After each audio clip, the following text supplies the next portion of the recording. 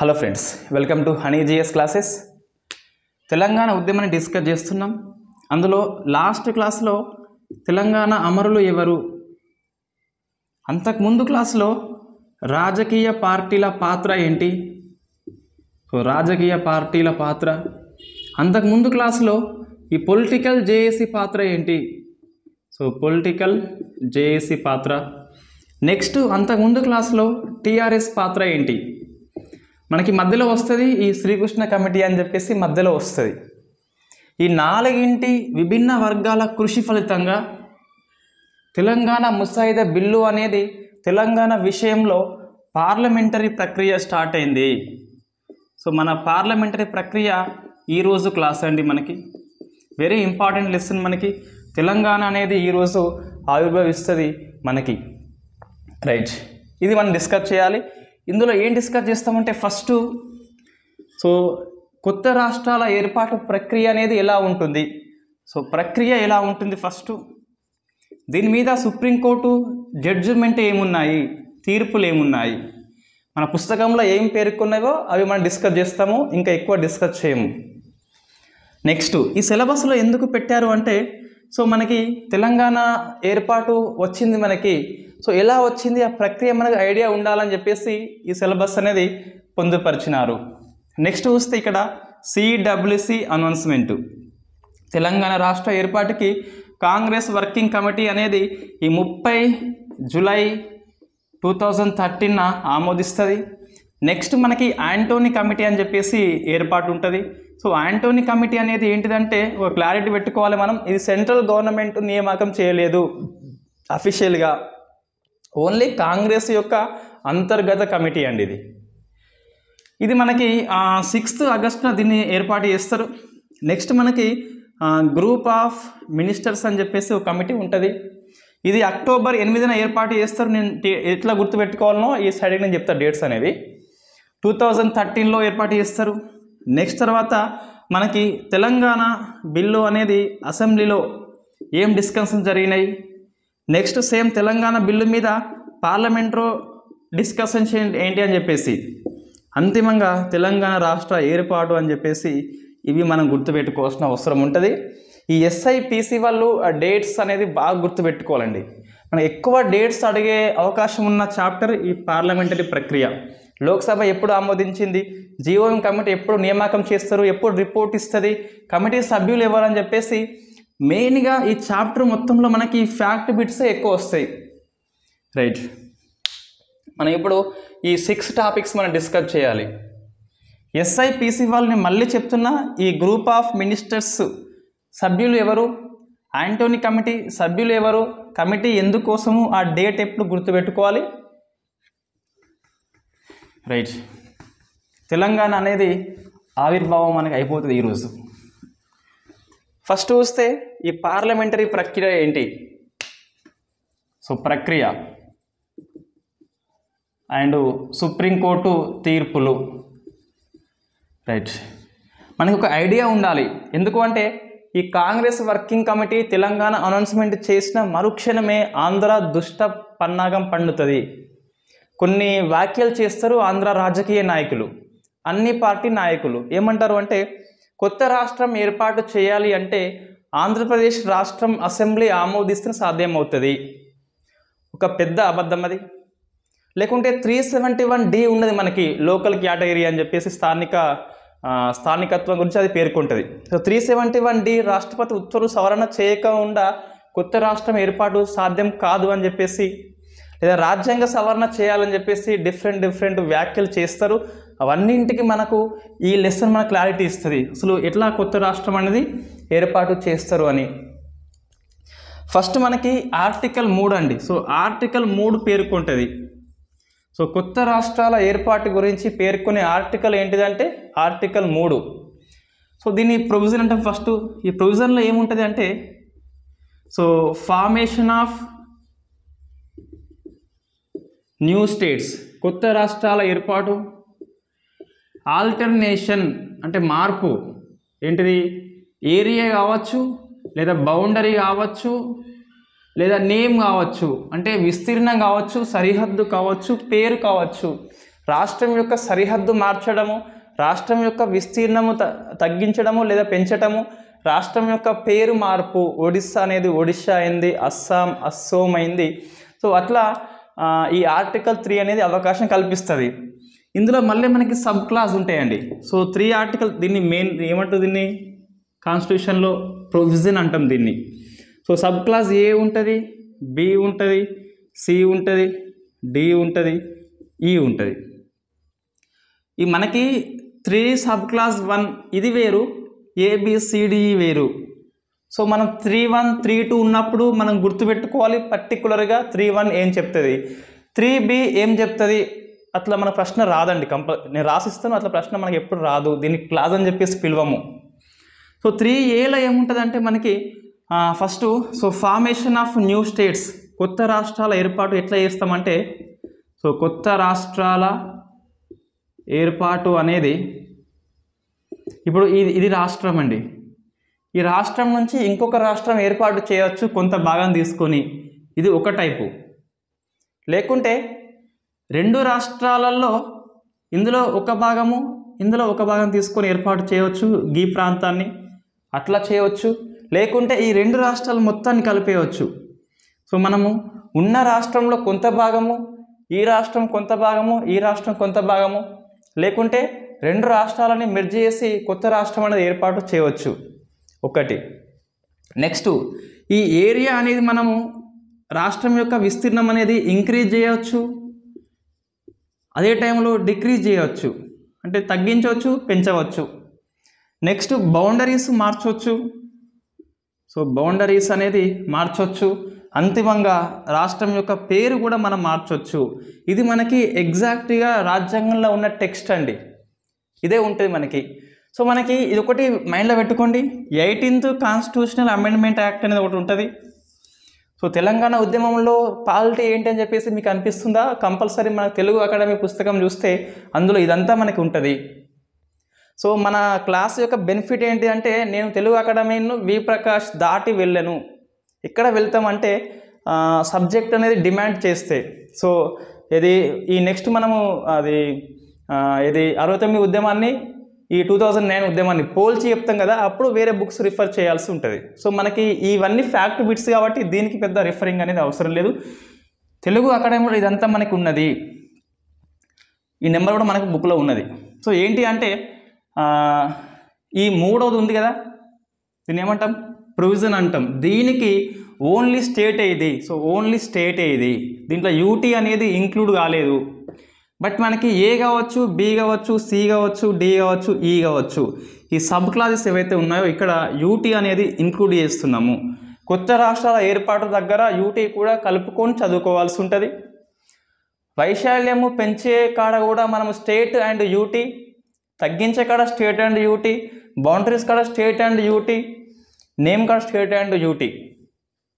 But మనకి ఈ starting ఏదైతే ఉందో దీనిలో యూటీ అనేది కలపలేదు. ఈ సవర్ణ వాస్తవంగా కాంట్రవర్సీ అండి, ఇక్కడ ఎందుకు కలపలేదు, ఇక్కడ ఎందుకు కలిపినారని చెప్పేసి అది పెద్ద కాంట్రవర్సీ అది. సో అంతా దాదాపు ఒకటే ఆర్టికల్ ఇది, రైట్. ఇది మన దీని ప్రకారం దాద్రా నగర్ హవేలీ, డామన్ డయ్యు ఇటీవల మెర్జ్ చేసిండ్రు యూటీ, రైట్. ఒకటి ఇది మనకి ఇట్లా ఉంటుంది కదా. సో మనకి ప్రాసెస్ ఏంటి అంటే, రాజ్యాంగంలో స్టార్టింగ్లో ఫస్ట్ ఒరిజినల్ కాన్స్టిట్యూషన్లో ఏముండే, నెక్స్ట్ సవరణ జరిగింది, ప్రశ్న మనకు వస్తుంది. కొత్త రాష్ట్రాల ఏర్పాటు అనేది ఆర్టికల్ 3లో పేర్కొన్న ప్రక్రియ అనేది ఒరిజినల్గా వేరే ఉండే, కొన్ని డౌట్స్ వస్తాయి కాబట్టి సవరణ తీసుకొచ్చిండ్రు.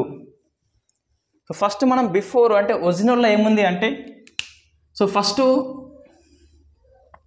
క్యాబినెట్ అనేది ఫస్ట్ ఆమోదిస్తుంది దేన్ని, డ్రాఫ్ట్ బిల్లుని. సో ముసాయిదా బిల్లు ఏదైతే ఉంటుందో, ముసాయిదా బిల్లు అంటే చట్టం మారక ముందు ప్రపోజల్ స్టేజ్లో ఉంది, ఇనిషియల్ స్టేజ్లో ఉంటుంది, ప్రపోజ్ జస్ట్ క్యాబినెట్ ఆమోదిస్తే రాష్ట్రపతికి పోతుంది, ప్రెసిడెంట్ ఆఫ్ ఇండియాకి వెళ్తే ఇతను సైన్ చేయాల్సి ఉంటుంది. ఈ సైన్ ఏంటంటే ప్రియర్ రికమెండేషన్, అంటే పూర్వ అనుమతి అంటే ఇదే.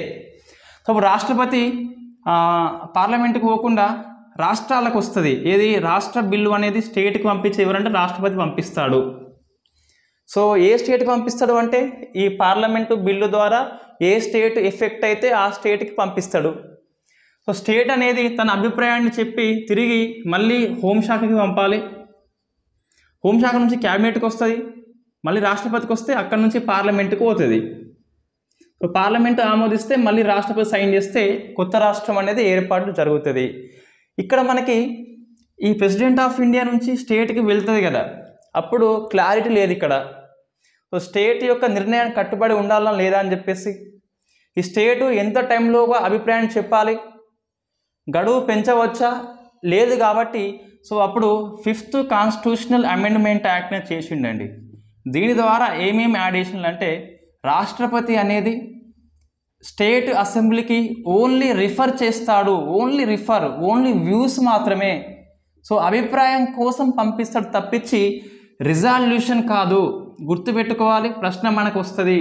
తీర్మానం కోసం కాదు. తీర్మానం కోసం అన్నప్పుడు కట్టుబడి ఉండాల్సిన అవసరం ఉంటుంది ఓటింగ్ ప్రక్రియ చేపడితే. ఓన్లీ అభిప్రాయము, ఓన్లీ వ్యూస్ మాత్రమే రిఫర్ చేస్తాడు. సో మనకి ఎవరు హోంశాఖ మంత్రి అప్పుడు సుశీల్ కుమార్ షిండే అంటాడు, మనకి పత్రికలు చెప్తాడు, ఏపీ అసెంబ్లీకి బిల్లు మాత్రమే వస్తుంది, తీర్మానం కాదు అంటాడు. తీర్మానం కాదు అంటే మీరు తీర్మానం చేసి పంపొద్దు, జస్ట్ మీ ఒపీనియన్ ఏంటి చెప్పాలి అంతే. రైట్, ఏంటి ఇక్కడ? సో రిఫర్ చేస్తాడు, వ్యూస్ మాత్రమే చెప్పాలి స్టేట్ అసెంబ్లీ, తీర్మానం చేసి పంపొద్దు అని చెప్పేసి క్లియర్గా మెన్షన్ చేస్తాడు ఈ 5th అమెండ్మెంట్ యాక్ట్లో. నెక్స్ట్ ఇక్కడ మనకి టైం లిమిట్ ఉంటుంది. సో టైం లిమిట్ ఎంత అని చెప్పేసి రాష్ట్రపతి ఇష్టము. రాష్ట్ర అసెంబ్లీకి ఎంతైనా గడువు ఇవ్వచ్చు, బట్ మనకి లిమిట్ అనేది ఉంటుంది. సో టైం లిమిట్ మెన్షన్ చేసిండ్రు. నెక్స్ట్ ఆ టైం అనేది ఒక్కసారి ఓన్లీ వన్స్ ఎక్స్టెండ్ చేయవచ్చు. సో ఓన్లీ వన్స్ ఎక్స్టెండ్ చేయవచ్చు. ఇది మనకి 5th అమెండ్మెంట్ యాక్ట్ అండి. సో మనకి 5వ సవరణ చట్టం ఏం పేర్కొంటుంది అంటే, సో రాష్ట్రపతి అనేది అసెంబ్లీకి వ్యూస్ కోసం మాత్రమే క్లియర్గా మెన్షన్ చేసిండు. టైం లిమిట్ అనేది పెట్టబడింది, ఒకసారి ఆ గడువుని పెంచవచ్చు అని చెప్పేసి ఈ చట్టంలో మనకి ఉంటుంది. సో మనకి అంతిమంగా చూస్తే, మళ్ళీ ఒకసారి చూస్తే క్లారిటీ ఉండాలి మనకి. కాబట్టి ఒక ప్రశ్న వేస్తాను నేను చెప్పినాక. ఇది ఏంటి? ఫస్ట్ అంటే ప్రాసెస్ మనకి హోంశాఖ ఉంటుంది కదా. సో హోంశాఖ అనేది ఒక నోట్ తయారు చేస్తుందండి. ఆ నోట్ని మనం డ్రాఫ్ట్ బిల్ అంటాం. ఈ న్యాయశాఖని కన్సల్ట్ అయ్యి హోంశాఖ అనేది కొత్త రాష్ట్రాల ఏర్పాటు కోసము ఒక ముసాయిదా బిల్లు తయారు చేస్తుంది. ఈ బిల్లుని క్యాబినెట్ మీటింగ్లో డిస్కస్ చేస్తారు. నెక్స్ట్ క్యాబినెట్ అనేది ఆమోదిస్తుంది. సో కన్సెంట్ అంటే ఆమోదిస్తుంది. నెక్స్ట్ ఏంటి అంటే ఇది రాష్ట్రపతికి పోతుంది. సో రాష్ట్రపతికి పోయినాక రాష్ట్రపతి సైన్ చేస్తాడు దీన్ని ఏమంటామంటే ప్రియర్ రికమెండేషన్. ఆ సైన్ ఏమంటామంటే ప్రియర్ రికమెండేషన్ అని చెప్పేసి పూర్వ అనుమతి అంటాం. రాష్ట్రపతి నుంచి ఏ స్టేట్ యొక్క బిల్లు అయితే ఎఫెక్ట్ అవుతుందో ఆ స్టేట్కి ఈ బిల్లు అనేది పోతుంది. ముసాయిదా బిల్లు పోతుంది, ఒరిజినల్ బిల్లు పోదు. తేడా ఏంటి అంటే, సో ఒరిజినల్ బిల్లు అంటే పార్లమెంట్లో ప్రవేశపెట్టేది ఒరిజినల్ బిల్లు, ఇటు పోయేది ఒరిజినల్ బిల్లు కాదు, జస్ట్ రఫ్ బిల్లు అంతే. ఇది మళ్ళీ గుర్తుపెట్టుకోవాలి, ప్రశ్న వస్తుంది. సో రాష్ట్ర అసెంబ్లీకి వెళ్తుంది. సో రాష్ట్ర అసెంబ్లీకి అంటే మంచిగా చెప్పాలంటే రాష్ట్రం యొక్క సిఎస్ చీఫ్ సెక్రటరీకి వెళ్తుంది.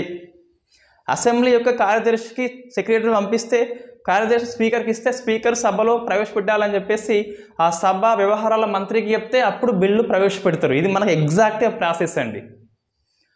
Okay fine. ఇప్పుడు ఏంటి, రాష్ట్ర అసెంబ్లీకి గడువు అనేది విధిస్తాడు. సో ఆ గడువులోగా నువ్వు అవునన్నా అవునన్నట్టే, కాదన్నా అవునన్నట్టే. సో బిల్లు పంపించిండు అంతే, నువ్వు ఏం చెప్పినా పట్టించుకోరు వీళ్ళు. రాష్ట్ర అసెంబ్లీ యొక్క నిర్ణయానికి ఎటువంటి అధికారం లేదు, ఇట్ ఈస్ ఓన్లీ ప్రాసెస్ అంతే. రైట్. ఈ రాష్ట్ర అసెంబ్లీ అనేది ఎస్ అన్నది కాబట్టి ఎస్ ఓకే, నో అన్నా కూడా అదే ఇబ్బంది లేదు మనకి. మళ్ళీ రాష్ట్ర అసెంబ్లీ అనేది హోంశాఖకి పంపిస్తుంది. సో మనకి హోంశాఖ మళ్ళీ క్యాబినెట్ వస్తే మళ్ళీ క్యాబినెట్ మళ్ళీ ఆమోదించాలి. ఎన్నిసార్లు వస్తే అన్నిసార్లు ఆమోదించాల్సిందే. సో ఏమైనా మార్పులు ఉన్నాయా లేవా, అసెంబ్లీ సవరణ చేసిందా ఇక్కడ డిస్కస్ చేస్తారు. సవరణ అనేది ఆమోదించవచ్చు, ఆమోదించకపోనవచ్చు. ఎస్ ఆమోదించినారు, ఎస్ గో ఆమోదించలేదు, ఇంకా మంచిది గో అని చెప్పేసి బిల్లు వెనక్కి పోతుంది, అంటే ముందుకు పోతుంది. మళ్ళీ క్యాబినెట్ అనేది ఆమోదించాల్సి ఉంటుంది, మళ్ళీ రాష్ట్రం సైన్ చేయాలి, అప్పుడు మనకి పార్లమెంటుకు వస్తుంది. రాష్ట్రపతి యొక్క ప్రియర్ రికమెండేషన్తోనే పార్లమెంటుకు వస్తుంది. సో పార్లమెంట్లో మళ్ళీ ఎవరంటే కంపల్సరీ హోంశాఖని, దాదాపుగా సాంప్రదాయం ప్రకారం అయితే హోంశాఖ మంత్రి బిల్లు ప్రవేశపెట్టాలి. ఒకవేళ ఏమన్నా లేకుంటే గిట్ట క్యాబినెట్ ఎవరైనా కూడా ప్రవేశపెట్టవచ్చు. కంపల్సరీ మంత్రి పెట్టాలి, ఎందుకు it is a government bill కాబట్టి మంత్రి పెట్టాలి. హోంశాఖ మినిస్ట్రీ ఉంటే దాదాపుగా ఆయనే పెట్టాల్సి ఉంటుంది. రైట్. నెక్స్ట్ పార్లమెంట్ అనేది 2 సభలు ఆమోదించాలి, లోక్సభ ఆమోదించాలి, రాజ్యసభ ఆమోదించాలి. ఈ పార్లమెంట్లో ముందుగా ఏ సభలో అంటే చాలామంది లోక్సభలో అనుకుంటున్నారు, బట్ తప్పు అండి అది. సో మనకి రాజ్యాంగంలో క్లియర్గా మెన్షన్ చేసిన ఐదర్ ఆఫ్ ది హౌస్ అంటే ఏ సభలో అయినా ముందుగా ప్రవేశపెట్టవచ్చు. 2 సభలు ఖచ్చితంగా ఆమోదించాలి.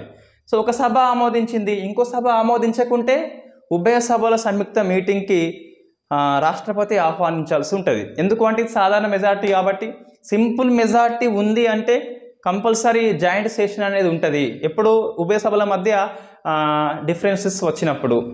సో ఇట్లా మనకి అంతిమంగా రాష్ట్రపతి సైన్ చేస్తే అది చట్టంగా మారి రాష్ట్రం అనేది ఏర్పడుతుంది. ఇదే మనకి ప్రక్రియ ఉంటుందండి. ఈ గడువుకి సమయాన్ని లిమిట్ చేసింది, గడువు ఒకసారి పెంచవచ్చు అని చెప్పింది 5th అమెండ్మెంట్ యాక్ట్, గుర్తుపెట్టుకోవాలి. రైట్. ఒకసారి మనం చూస్తే ఏంటిదంటే కొన్ని ఎగ్జాంపుల్స్ అండి, మనకు ఏవైతే బుక్లో ఉన్నాయో ఆ ఎగ్జాంపుల్స్ మనం అధ్యయనం చేయాలి. సో ఫస్ట్ చూస్తే ఈ ఆంధ్రాను హైదరాబాద్ అసెంబ్లీ కలిపినప్పుడు హైదరాబాద్ అసెంబ్లీలో ఓటింగ్ అనేది చేపట్టలేదు, మనం డిస్కస్ చేసినాం ఆల్రెడీ. సో రాష్ట్ర ఏర్పాటు గురించి ఓటింగ్ అనేది చేపట్టలేదు. సందర్భం ఒకటి ఏంటిది, ఓటింగ్ చేపట్టకపోవడము. సెకండ్ది మనకి ఛత్తీస్గఢ్ ఏర్పడింది, ఉత్తరాఖండ్ ఏర్పడింది, జార్ఖండ్ ఏర్పడిందిగా. ఇదేమో మధ్యప్రదేశ్, ఇదేమో ఉత్తరప్రదేశ్, ఇదేమో బీహారు. సో ఈ 2 రాష్ట్ర అసెంబ్లీలు తీర్మానం చేసినాయి, సపోర్ట్ చేసినాయి. ఇది స్టార్టింగ్లో సపోర్ట్ చేయలేదు, అంటే తీర్మానాన్ని తిరస్కరించింది. వాస్తవంగా బీహార్ నుంచి జార్ఖండ్ ఏర్పాటుని తిరస్కరణ చేసింది స్టార్టింగ్లో అయితే. సో సందర్భం 2 మనకి ఇది 3 అండి. నెక్స్ట్ ఇంకోటి మూడోది ఏంటిది అంటే ఇది మూడవది. 4వది మనకి ఒకవేళ ఈ రాజ్యాంగ సవరణ చట్టము అంటే మన కొత్త రాష్ట్రాల ఏర్పాటుకి రాజ్యాంగ సవరణ అవసరం లేదు విత్ ఇన్ ద ఇండియా అయితే, ఇండియాలోనే కొత్త రాష్ట్రం అనేది ఏర్పాటు చేస్తే రాజ్యాంగ సవరణ మనకి అవసరం లేదు. ఎగ్జాంపుల్ చెప్పాలి అంటే, సో ఈ Maharashtra and Gujarat state,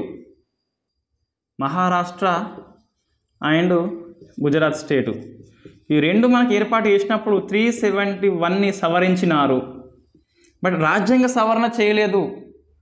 just Maharashtra Gujarat state అనేది ఏర్పాటు చేసేటప్పుడు 371ని చేంజ్ చేసినారు.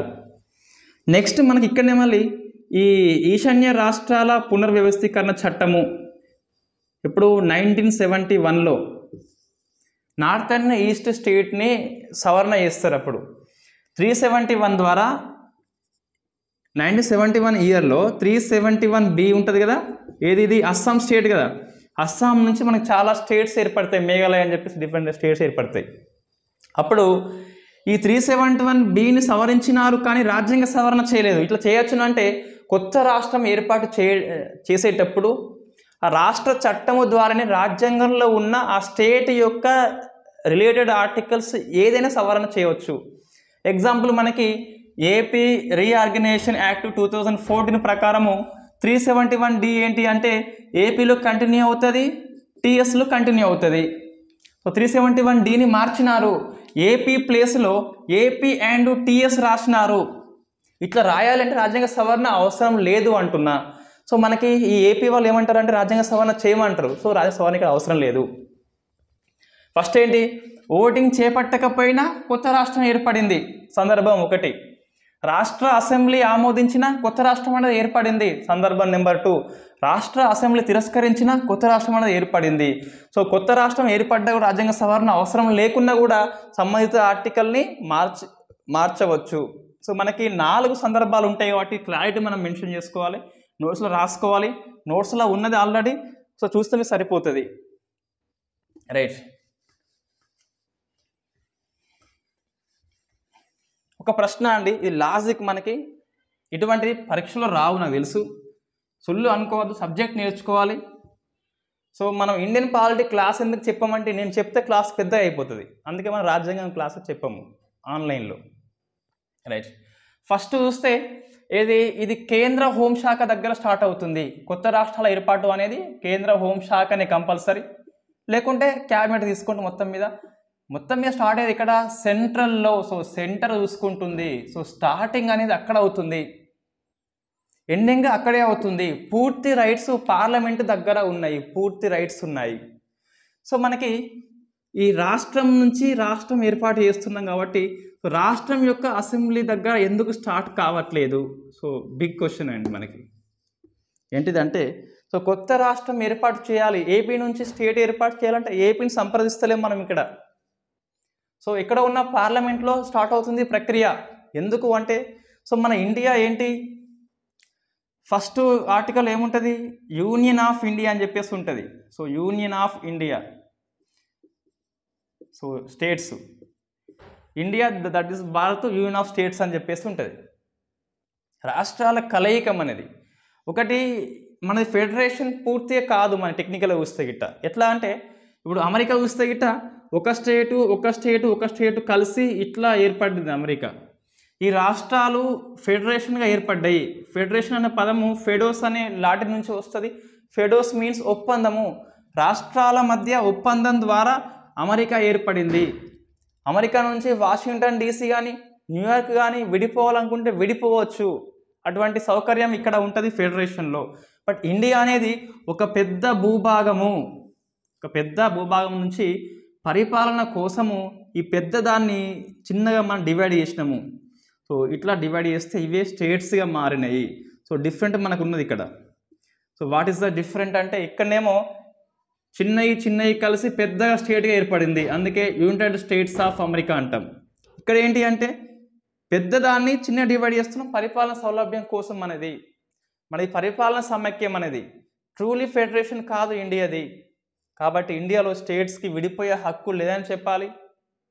అది ఒక కారణంతో మనకి పార్లమెంట్ నుంచి స్టార్ట్ అవుద్ది ప్రక్రియ. నెక్స్ట్ ఏంటి అంటే, సెకండ్, ఇది మెయిన్ రీజన్ అండి. అంబేద్కర్ యొక్క బెస్ట్ ఇది ఆ విజ్డమ్కి మనం సెల్యూట్ చెప్పొచ్చు. ఎందుకు అంటే, సో చాలామంది ఇన్ఫ్యాక్ట్ నెహ్రూ కూడా అంటాడు, అరే రాష్ట్రాల ఏర్పాటు ప్రక్రియ రాష్ట్రం నుంచి స్టార్ట్ చేయాలి కదా, నువ్వేంటి ఇలా స్టార్ట్ చేస్తున్నావు అని చెప్పేసి వాదిస్తే అంబేద్కర్ అంటాడు అప్పుడు నెహ్రూ, ఇది ఒక రాష్ట్రము, ఇందులో మైనారిటీ వాళ్ళు ఉంటారు ఒక 20%, వీళ్ళు 80 ఉన్నారు, వీళ్ళని తొక్కేస్తున్నారు, మొత్తము పాతాళంలోకి తొక్కేస్తున్నారు చాలా గట్టిగా. అప్పుడు ఏంటి అంటే, సో వీళ్ళు విడిపోవాలి అనుకుంటున్నారు న్యాయం కోసము. ఈ ప్రక్రియ అనేది ఇక్కడనే స్టార్ట్ అయితే, సో అసెంబ్లీలో ఓటింగ్ చేపడితే ఎప్పుడు మెజారిటీ గెలుస్తుంది కదా, వీళ్ళకి అవకాశం లేదు ఇక్కడ. కాబట్టి ప్రక్రియ ఇట్ను స్టార్ట్ అయితే గిట్ట మనకి బాగుంటుంది అని చెప్పేసి అంబేద్కర్ సవరిస్తాడు దీన్ని. సో ఏమంటాడు అంటే, కొత్త రాష్ట్రాల ఏర్పాటు ప్రక్రియ యొక్క మెయిన్గా ఏంటంటే, ఈ మైనారిటీ అణచివేయబడ్డ వర్గం ఏతుందో వాళ్ళ యొక్క గొంతుక అనేది చంపివేయద్దని చెప్పేసి ప్రక్రియ స్టార్ట్ చేసేది పార్లమెంట్ నుంచి. ఇఫ్ ఒకవేళ తెలంగాణ విషయం చూసుకుంటే, ఏపీ అసెంబ్లీ స్టార్ట్ చేస్తే ప్రక్రియ తెలంగాణ రాష్ట్రం ఏర్పాటు అనేది మనం 3 తరాలు ముందుకైనా కూడా ఎప్పటికీ రాష్ట్రం ఏర్పాటు కాదు. ఎందుకంటే, సో 175 MLs ఆర్ దేర్, మనల్ని 190నే, ఇటే మెజారిటీ ఉంటుంది. ఈ 190లో కాంగ్రెస్ వాళ్ళు మా అధిష్టానం అని చెప్పేసి అని చెప్పేసి అటే సపోర్ట్ చేస్తారు కొంతమంది అయితే. సో అట్లా మనకి ఎప్పటికీ మెజారిటీ రాదు. కాబట్టి సో ఈ అంబేద్కర్ యొక్క ఆలోచన కరెక్టే. దీన్ని ఏమంటామంటే ప్రజాస్వామిక దృక్పథం అంటారు. సో ప్రజాస్వామ్య దృక్పథము, రైట్. ఇది మనకి అంబేద్కర్ యొక్క వాస్తవిక దృష్టి అండి. కొత్త రాష్ట్రాల ఏర్పాటు విషయంలో అంబేద్కర్ దృష్టి ఏంటిది అంటే ప్రజాస్వామిక దృష్టి. అంటే ప్రజాస్వామ్యం, డెమోక్రసీ అనేది ఏంటిది, by the people for the people యొక్క ఆలోచనకి ఇక్కడ మనకి రిఫ్లెక్ట్ అవుతుంది. సో అందుకోసము కొత్త రాష్ట్రాల ఏర్పాటు అనేది స్టేట్ నుంచి కాకుండా సెంటర్ నుంచి స్టార్ట్ చేస్తున్నారు. కేవలం మైనారిటీ వాళ్ళ కోసం మాత్రమే. మైనారిటీ మీన్స్ ఇక్కడ ఎస్సీ, ఎస్టీ, బీసీ ఇట్లా కాదని చెప్పేది, ఒక వర్గము కంటే తక్కువ ఉన్న వాళ్ళు ఏ విషయంలో అయినా దట్ ఈస్ కాల్డ్ మైనారిటీ అంటాం. అది పాపులేషన్ పరంగా కావచ్చు, క్యాస్ట్ పరంగా కావచ్చు, లేకుంటే రిలీజియస్ పరంగా కావచ్చు, ఇంకేదైనా పరంగా కావచ్చు, రైట్.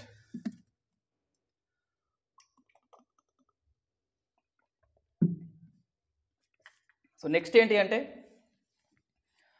ఇది అంటే మనకి ప్రక్రియ ఇట్లా ఉంటుంది. సో మనకి కేసులు ఏంటి దీని మీద అన్నింటి మనకి కేసు పర్టికులర్గా ఏ కేసు ఏం చెప్పింది అవసరం లేదు. జస్ట్ ఏంటంటే అన్నిటి సారాంశం ఏంటిదంటే కొత్త రాష్ట్రం ఏర్పాటు చేయడంలో పార్లమెంటు యొక్క అధికారం తిరుగులేనిది, సంపూర్ణమైనది, ప్రశ్నించలేనిది. అన్నింటి సారాంశం ఒకటే. బట్ మన తెలుగు అకాడమీలో ఒక్కో కేసుకు ఒక్కొక్కటి ఉంది కాబట్టి మనం అధ్యయనం అట్లనే చేయాలి. ఎందుకంటే మనకి గ్రూపులను పరీక్ష రాసినప్పుడు ఆప్షన్స్ మనకి అట్లనే వస్తున్నాయి ఏ కేసు ఏంటి అని చెప్పేసి. సో ఫస్ట్ మనకి Babulal parathe versus Union of India 1959. Next Mangal Singh case so versus Union of India 1967. మన బుక్లో 87 ఉంటుంది. సో మీ ఇష్టం, రైట్. నెక్స్ట్ ఏంటి అంటే so Mulla Periyar dam case, Paryavarana Rakshana versus Union of India. Next మనకి so Pradeep Chaudhary versus Union of India. ఈ 2009 అండి, ఒకటి ఇయర్ గుర్తుపెట్టుకోవాలి. నెక్స్ట్ మనకి ఏంటిది అంటే so V B Raju case versus Union of India 1980 case. And famous బేరీ కేసు. సో మనకి ఇవి ఉన్నాయండి ఇయర్స్ అనేవి. ఇయర్స్ మనకి ఎగ్జామ్లో రావు కానీ జస్ట్ కేసు పేరు మనం గుర్తుపెట్టుకోవాలి. అన్నింటి సారాంశం ఒకటే, పార్లమెంటు యొక్క అధికారం సంపూర్ణమైనది, ప్రశ్నించలేనిది, తిరుగులేనిది అని చెప్పేసి చెప్పొచ్చు మనం కొత్త రాష్ట్రాల ఏర్పాటు విషయంలో. బట్ మనకేంటి అంటే ఒక్కొక్క ఆర్టికల్లో ఒక్కొక్క క్వశ్చన్ మనకి, ఒక్కొక్క తీర్పులో ఒక్కొక్క అంశం మనకి ఇమిడి ఉన్నది. సో ఫస్ట్ చూస్తే ఈయన మనకి గుర్తుకొస్తుందా బాబులాల్ పరాటే అని చెప్పేసి. సో మనకి ఈ సెకండ్ వార్షిక సభ ఉంటుంది కేసీఆర్ది, వరంగల్ జైత్ర యాత్రలో బాబులాల్ పరాటే వస్తాడు. బుందేల్ఖండ్ రాష్ట్ర ఏర్పాటు కోసం వస్తాడు. So Babulal parathe, right. ఇంకొకటి ఈ చిన్న రాష్ట్రాల కోసము జాతీయ స్థాయిలో కేసీఆర్ మీటింగ్ పెడతాడు, అప్పుడు కూడా బాబులాల్ పరాటే వస్తాడు, రైట్. మనం డిస్కస్ చేసినాం ఆల్రెడీ దీని గురించి. ఇక్కడ ఏంటంటే మనకి ప్రాబ్లం ఇక్కడ సో ఫస్ట్ పార్లమెంటులో ఒక బిల్లు, డ్రాఫ్ట్ బిల్లు ఉంటుందిగా. ఈ అప్పుడు బాంబే స్టేట్ ఉంటుంది మనకి, బాంబే రాష్ట్రం ఉండే. బాంబే రాష్ట్రాన్ని 3 టైప్స్ డివైడ్ చేస్తామని చెప్పేసి బిల్లు తయారు చేస్తారు. ఒకటి బాంబే యూటీ అట, చేయలేదు బట్ ఫస్ట్ ఇది ఓన్లీ డ్రాఫ్ట్ బిల్లే, బాంబే యూటీ. నెక్స్ట్ మహారాష్ట్ర, ఇందులో విదర్భ ఉంటుంది, ఈ మరాఠా ప్రాంతాలు కలిసి ఉంటాయండి, విదర్భ. నెక్స్ట్ వచ్చేసి గుజరాత్ రాష్ట్రం అని చెప్పేసి ఇందులో సౌరాష్ట్ర ఉంటుంది అండ్ రైట్ సౌరాష్ట్ర ఉంటుంది, రైట్. ఇక్కడ ఏంటి మనకి అంటే ఇది ఓన్లీ ప్రపోజ్ బిల్ అండి ఇది. సో కచ్ ఏరియా ఉంటుంది, ఇది ఓన్లీ ప్రపోజ్ బిల్లు. సో దీన్ని బాంబే స్టేట్కి సెంటర్ పంపిస్తుంది, బాంబే అసెంబ్లీ అనేది ఆమోదిస్తుంది, మాకు సమ్మతం అని చెప్తుంది.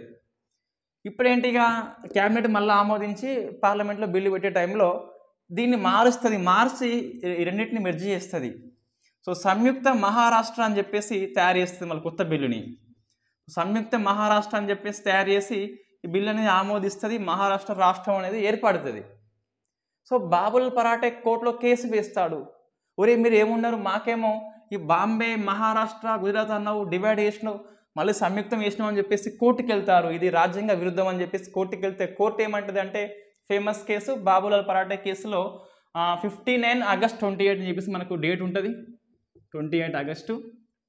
దీనిలో ఏమంటుంది అంటే పార్లమెంట్కి సంపూర్ణ అధికారం ఉన్నది, ఒక బిల్లు చూపెట్టి ఇంకో బిల్లు తయారు చేసి పార్లమెంట్లో ప్రవేశపెట్టవచ్చు అని చెప్పేసి క్లియర్గా చెప్తుంది కోర్టు, ఎటువంటి కన్ఫ్యూజన్ లేకుండా.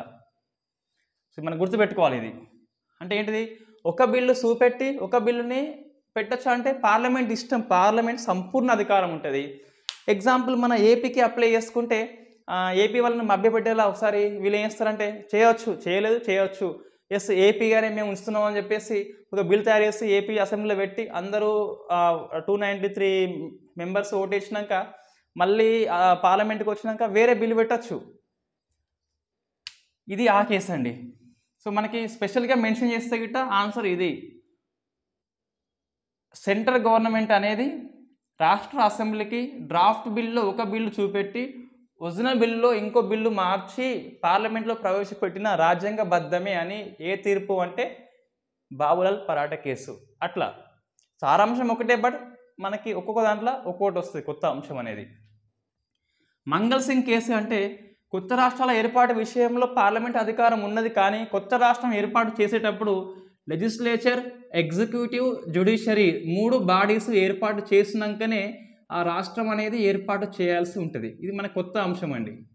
ఇక్కడనేమో డ్రాఫ్ట్ బిల్లు, ఒరిజినల్ బిల్లు వేరు ఉండాలి పరాటే. ఇక్కడ ఏంటిదంటే ఆ రాష్ట్రానికి 3 బాడీస్ ఏర్పాటు చేయాల్సి ఉంటుంది పార్లమెంటు అనేది, లేదా సెంట్రల్ గవర్నమెంట్ అనేది. నెక్స్ట్ ముల్లా పెరియార్లో ఏం చెప్తుందంటే పార్లమెంటు యొక్క అధికారాలు సంపూర్ణమైనవి, సంపూర్ణము, తిరుగులేనివి అని చెప్పేసి చెప్తుంది, అంతే, సరిపోయింది అది. ప్రదీప్ చౌదరి కేసుని మనం కొత్త రాష్ట్రాల ఏర్పాటు ప్రక్రియలో ప్రామాణిక కేసుగా తీసుకుంటాము. మనకి బుక్లో ఉంది కాబట్టి చదువుకోవాలి. సో ప్రామాణిక కేసు అని చెప్పేసి ఎందుకు అంటామంటే ఇక్కడ పార్లమెంటు అనేది అసెంబ్లీని సంప్రదించడము అంటే అభిప్రాయం తప్ప ఆమోదించడం కాదు అని చెప్పేసి క్లియర్గా మెన్షన్ చేస్తుంది. ఏంటిది, సెంట్రల్ గవర్నమెంట్ అనేది రాష్ట్ర అసెంబ్లీని కన్సల్ట్ అయింది అంటే ఆమోదం కోసం కాదు, అభిప్రాయం కోసం అని చెప్పేసి చెప్పింది ఈ కేసులో. అట్లనే మనకి రాజ్యాంగంలో ఈ 7th షెడ్యూల్లో సెంట్రల్ లిస్ట్ ఉంటుంది, స్టేట్ లిస్ట్ ఉంటుంది, కాన్కరెంట్ లిస్ట్ ఉంటుంది. అండ్ 246 ఆర్టికల్ ప్రకారము ఏ లిస్టులో ఉన్న వాళ్ళు ఆ లిస్టులో చట్టం చేయవచ్చు. నేను ఇది నెంబర్ ఆఫ్ టైమ్స్ చెప్పిన మీకు ఆల్రెడీ. ఈ జిఎస్టీ కాడ 101 సవరణ చట్టం కాడ 246Aని యాడ్ చేస్తారు. ఆ జిఎస్టీ విషయంలో సెంట్రల్ జిఎస్టీ, స్టేట్ జిఎస్టీ ఉంటుంది కదా. సో 246A అంటే అదే, ఎవరి జాబితా మీద వాళ్ళు ట్యాక్సెస్ అనేది వసూలు చేసుకోవచ్చు. 246 ఆర్టికల్ ఏంటి అంటే ఏ జాబితాలో ఉన్న అంశం మీద వాళ్ళు చట్టం చేయవచ్చు. 246A ఉంటే ట్యాక్స్ వసూలు చేయవచ్చు. రైట్. ఒక అంశం అనేది 246A ప్రకారము రాష్ట్రంలోకి రావచ్చు. ఒక అంశం అనేది 7th షెడ్యూల్ ప్రకారము స్టేట్ లిస్టుకు రావచ్చు. అయినంత మాత్రాన కొత్త రాష్ట్రాల ఏర్పాటు విషయంలో పార్లమెంట్ యొక్క అధికారం మనం ప్రశ్నించకూడదు. ఇప్పుడు ఏంటి అంటే ఫర్ ఎగ్జాంపుల్ ఏది ఒకటి పోలీస్ అనే అంశం ఏంటిది, ఇది స్టేట్ జాబితాలో ఉంది, స్టేట్ జాబితాలో ఉన్నది. తెలంగాణ పోలీస్ అనే అంశం కూడా స్టేట్లో ఉంటుంది. రేపొద్దున తెలంగాణ రాష్ట్రం అనేది so north Telangana, south Telangana divide చేయాలి అనుకుంటుంది అనుకో, ఈ పాపం కానీ అట్లా అనుకోండి, ఏమవుతుంది అప్పుడు ఈ పోలీస్ అంశాన్ని మనం సవరణ చేయవచ్చు. కొత్త రాష్ట్రం ఏర్పాటు చేయంగా కొత్త రాష్ట్రం యొక్క ఏర్పాటు చట్టం ఏదైతే ఉందో చట్టం ప్రకారము ఈ స్టేట్ యొక్క ఏ అంశమైనా మనం సవరణ చేయవచ్చు. అది స్టేట్ లిస్ట్ అని చెప్పేసి మనం అభ్యంతరం చెప్పొద్దు. స్టేట్ లిస్ట్ కదా, నువ్వు పార్లమెంట్ ఎందుకు ముడుతున్నావు అంటే నేను మొత్తం టచ్ చేస్తాను ఎక్కడంటే అక్కడ. ఎందుకు అంటే ఆర్టికల్ 3 నాకు అవకాశం ఇస్తుంది. అది ముట్టకు ఇది ముట్ట కాదు ఇక్కడ. సో స్టేట్ మొత్తాన్ని కబ్జా చేస్తాను కూడా ఎస్ కంపల్సరీ కబ్జా చేయవచ్చు. ఏ లిస్టులో ఉన్న అంశాన్ని టచ్ చేయవచ్చు. అది మనకి ఆ 7th షెడ్యూల్ 246 ఆర్టికల్ గురించి ఏ ఆర్టికల్ ఏ కేసు అంటే ప్రదీప్ చౌదరి. అందుకే దీన్ని ఏమంటున్నాం, ప్రామాణికం అంటున్నాము. సో కన్సల్ట్ అంటే ఆమోదం కోసం కాదు, జస్ట్ ఫార్మాలిటీస్ కోసం అడుగుతున్నా, నువ్వు ఒప్పుకున్నా అంతే, ఒప్పుకోకున్నా అంతే అని చెప్పేసి. ఒక రాష్ట్ర జాబితా అంశంలో ఉన్నప్పటికీ కూడా పార్లమెంట్ చట్టం చేయవచ్చు, చట్టం చేయవచ్చు. ఎప్పుడు అంటే ఈ కొత్త రాష్ట్రాల ఏర్పాటు అంశం తెర మీదకి వచ్చినప్పుడు. సేమ్ ఇదే కేసులో ఉన్న చెప్పిన అంశాన్ని విబి రాజులో చెప్పింది. Very very very very famous case మనకి. ఇది పాకిస్తాన్కి మనం అప్పగిస్తాం ఈ ప్రాంతాన్ని వాస్తవంగా. సో మనం డిస్కస్ చేస్తాము. ఇండియన్ కాన్స్టిట్యూషన్లో ఆర్టికల్ నెంబర్ 1, 2, 3, 4 పార్ట్ నెంబర్ 1లో ఉంటుంది. ఎస్, ఇటీవల మనకి ఈ 100వ రాజ్యాంగ సవరణ చట్టం అండి. దీని ద్వారా మనం బంగ్లాదేశ్కి కొన్ని ప్రాంతాలు ఇచ్చినాం. సవరణ ఎందుకంటే ఇది వేరే ప్రాంతం కాబట్టి. సో విత్ ఇన్ ఇండియాలో ఉన్నప్పుడు సవరణ అవసరం లేదు. ఆర్టికల్ నెంబర్ 3 బయట ఉన్నప్పుడు ఆర్టికల్ నెంబర్ 2 అనేది ఆ సీన్లోకి వస్తే సవరణ అవసరము. సో మనము 111 ప్రాంతాలను ఇచ్చినామండి వాళ్ళకి. వాళ్ళేమో 51 ప్రాంతాలు మనకి ఇచ్చిండ్రు వాళ్ళు. ఎవరు, బంగ్లాదేశ్. ఇటీవల 2000 ప్రాంతంలో జరిగింది ఇది. ఇవి మనకి కేసెస్ అండి. సో ఇప్పుడు మనకి ఏంటి క్లారిటీ అంటే, సో క్యాబినెట్ ఆమోదిస్తుంది, రాష్ట్రపతికి పంపుతాడు, సైన్ చేస్తాడు, రాష్ట్ర అసెంబ్లీకి పంపిస్తాడు, గడువు చెప్తాడు, గడువు ఒకసారి ఎక్స్టెండ్ చేస్తాడు, మళ్ళీ హోంశాఖ వస్తుంది, క్యాబినెట్ వస్తుంది, రాష్ట్రపతి సైన్ చేస్తాడు, పార్లమెంట్కి బిల్లు వస్తుంది, 2 సభలు ఆమోదిస్తే రాష్ట్రపతి సైన్ చేస్తే చట్టం అనేది ఏర్పడి రాష్ట్రం అనేది ఏర్పాటవుతుంది. సో మనం ఇదే ప్రక్రియ మనం ఫాలో అవుతామండి. ఇక్కడ ఇప్పుడు క్లాసులో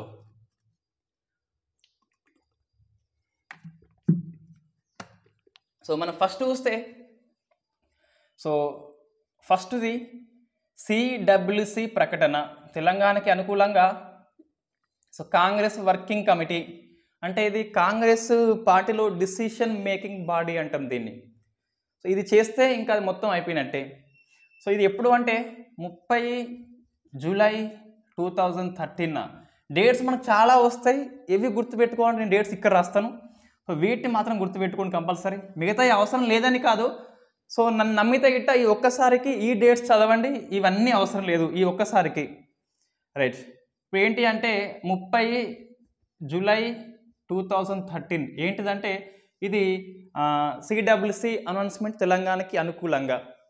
ఇది మన హెడ్డింగ్ అండి. ఫస్ట్ అయితే ముందు ఈ అనౌన్స్మెంట్కి కారణమైన స్టేటస్ ఏంటి అంటే చూస్తే గిట్ట first so famous K Keshava Rao అని చెప్పేసి కేకే కాంగ్రెస్ మోస్ట్ సీనియర్ నాయకుడు టీఆర్ఎస్ పార్టీకి జంప్ అవుతాడు, అది ఒక కారణము. సో టీఆర్ఎస్కి జంప్ అయ్యిండు. సెకండ్ చూస్తే మనకి హైదరాబాదులో ఈ రాజ్నాథ్ సింగ్ అధ్యక్షతన బీజేపీ అనేది భారీ బహిరంగ సభ పెట్టి తెలంగాణకి అనౌన్స్మెంట్ చేస్తుంది. సో ఇప్పుడు ఒత్తిడి స్టార్ట్ అవుతుంది కాంగ్రెస్ మీద. ఎందుకు అంటే 2014లో ఎలక్షన్ ఇయర్ కాబట్టి తెలంగాణకి అనుకూలంగా నిర్ణయం తీసుకోవాలని చెప్పేసి స్టార్ట్ అవుతుంది, ప్రెజర్ ఫుల్ స్టార్ట్ అవుతుంది. సో అప్పుడు కోర్ కమిటీ అని చెప్పేసి ఉంటుంది. సో కోర్ కమిటీ కాంగ్రెస్లోనే కోర్ కమిటీ. కోర్ అంటే మనకి వెరీ ఇంపార్టెంట్ పర్సన్స్ ఈ మీటింగ్కి హాజరవుతారు. ఎవరుంటారు కాంగ్రెస్లో వెరీ ఇంపార్టెంట్ పర్సన్ అంటే మనం చూస్తే సోనియా గాంధీ ఉంటుంది, సోనియమ్మ కంపల్సరీ. సో నెక్స్ట్ ఎవరు ఉంటారు, ప్రైమ్ మినిస్టర్ కంపల్సరీ. ఎవరు, Manmohan Singh. Yes, Manmohan Singh. Next AP Congress వ్యవహారాల ఇన్ఛార్జి కంపల్సరీ, అప్పుడు డిగ్గీ రాజా ఉన్నాడు. సో మనకి ఫస్ట్ నుంచి చూస్తే వ్యక్తులు మారుతున్నారు మనకి. సో డిగ్గీ రాజాని ఏమంటాము అంటే దిగ్విజయ్ సింగ్. దిగ్విజయ్ సింగ్ ముద్దు పేరు డిగ్గీ రాజా అంటాము. సో మనకి రాష్ట్రం విషయంలో ఈయన ఎంత మాట తప్పినా కూడా ఈ సిడబ్ల్యూసి అనౌన్స్మెంట్ అనంతరం మాత్రము మన హానెస్టీ ఉన్నాడు తెలంగాణ రాష్ట్ర ఏర్పాటు విషయంలో. అంటే మాట ఇంకా ఎప్పుడు మార్చలేదండి ఇతను. నెక్స్ట్ హోంమంత్రి కంపల్సరీ. అండ్ ఎవరు, సుశీల్ కుమార్ షిండే. చిదంబరం కాదు. సో మంత్రులు మారిళ్ళు మనకి మనం డిస్కస్ చేసినాం ఆల్రెడీ. December 28, 2012లో అఖిలపక్ష మీటింగ్ ఉంటుంది ఈ షిండే కోసమే. మంత్రివర్గం మారినాక అవగాహన కోసం అని చెప్పేసి 1 month టైం ఇస్తాడు. నెక్స్ట్ గులాం నబీ ఆజాద్. ఈయన ఏమంటాడు అంటే తెలుసు మనకి. సో 1 month అంటే 30 రోజులు కాదు, 1 week అంటే 7 days కాదు, రేపు అంటే పొద్దున కాదని చెప్పేసి చెప్పింది ఈయననే. సో వీళ్ళు 5 members మీటింగ్ పెట్టుకొని తెలంగాణకి ఫేవర్గా అనౌన్స్మెంట్ చేస్తారు. దాని ప్రకారమే సిడబ్ల్యూసి అనౌన్స్మెంట్ అనేది ఉంటుంది. సో కాంగ్రెస్ కోర్ కమిటీ కంటే తర్వాత నెక్స్ట్ రాష్ట్రం నుంచి 3 పర్సన్స్ని పిలుస్తారు రాష్ట్ర నాయకత్వాన్ని. సో ఏపీ స్టేట్ నుంచి 3 పిలుస్తారు. ఎవరు, CM compulsory Kiran Kumar Reddy.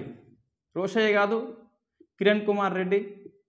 Next deputy CM compulsory Telangana వ్యక్తి దామోదర్ రాజ నరసింహ.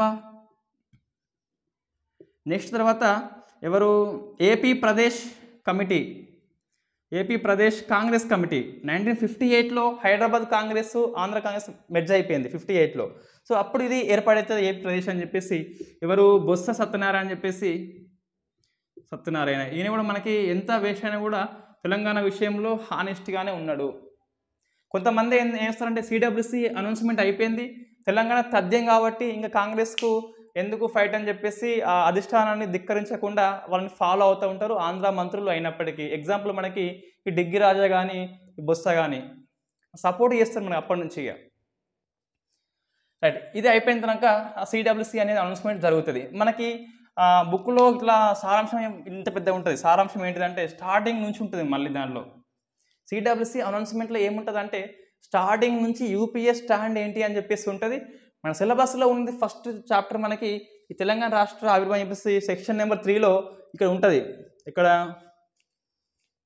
యూపీఏ స్టాండ్ అని ఉంది కదా, యూపీఏ స్టాండ్ అంటే సో అదే అండి, ఏంటిది కాంగ్రెస్ అంటే 2004 నుంచి, సో 2004 నుంచి 2013 జూలై 30 వరకు ఏం జరిగిందో అది మొత్తము యూపీఏ స్టాండ్.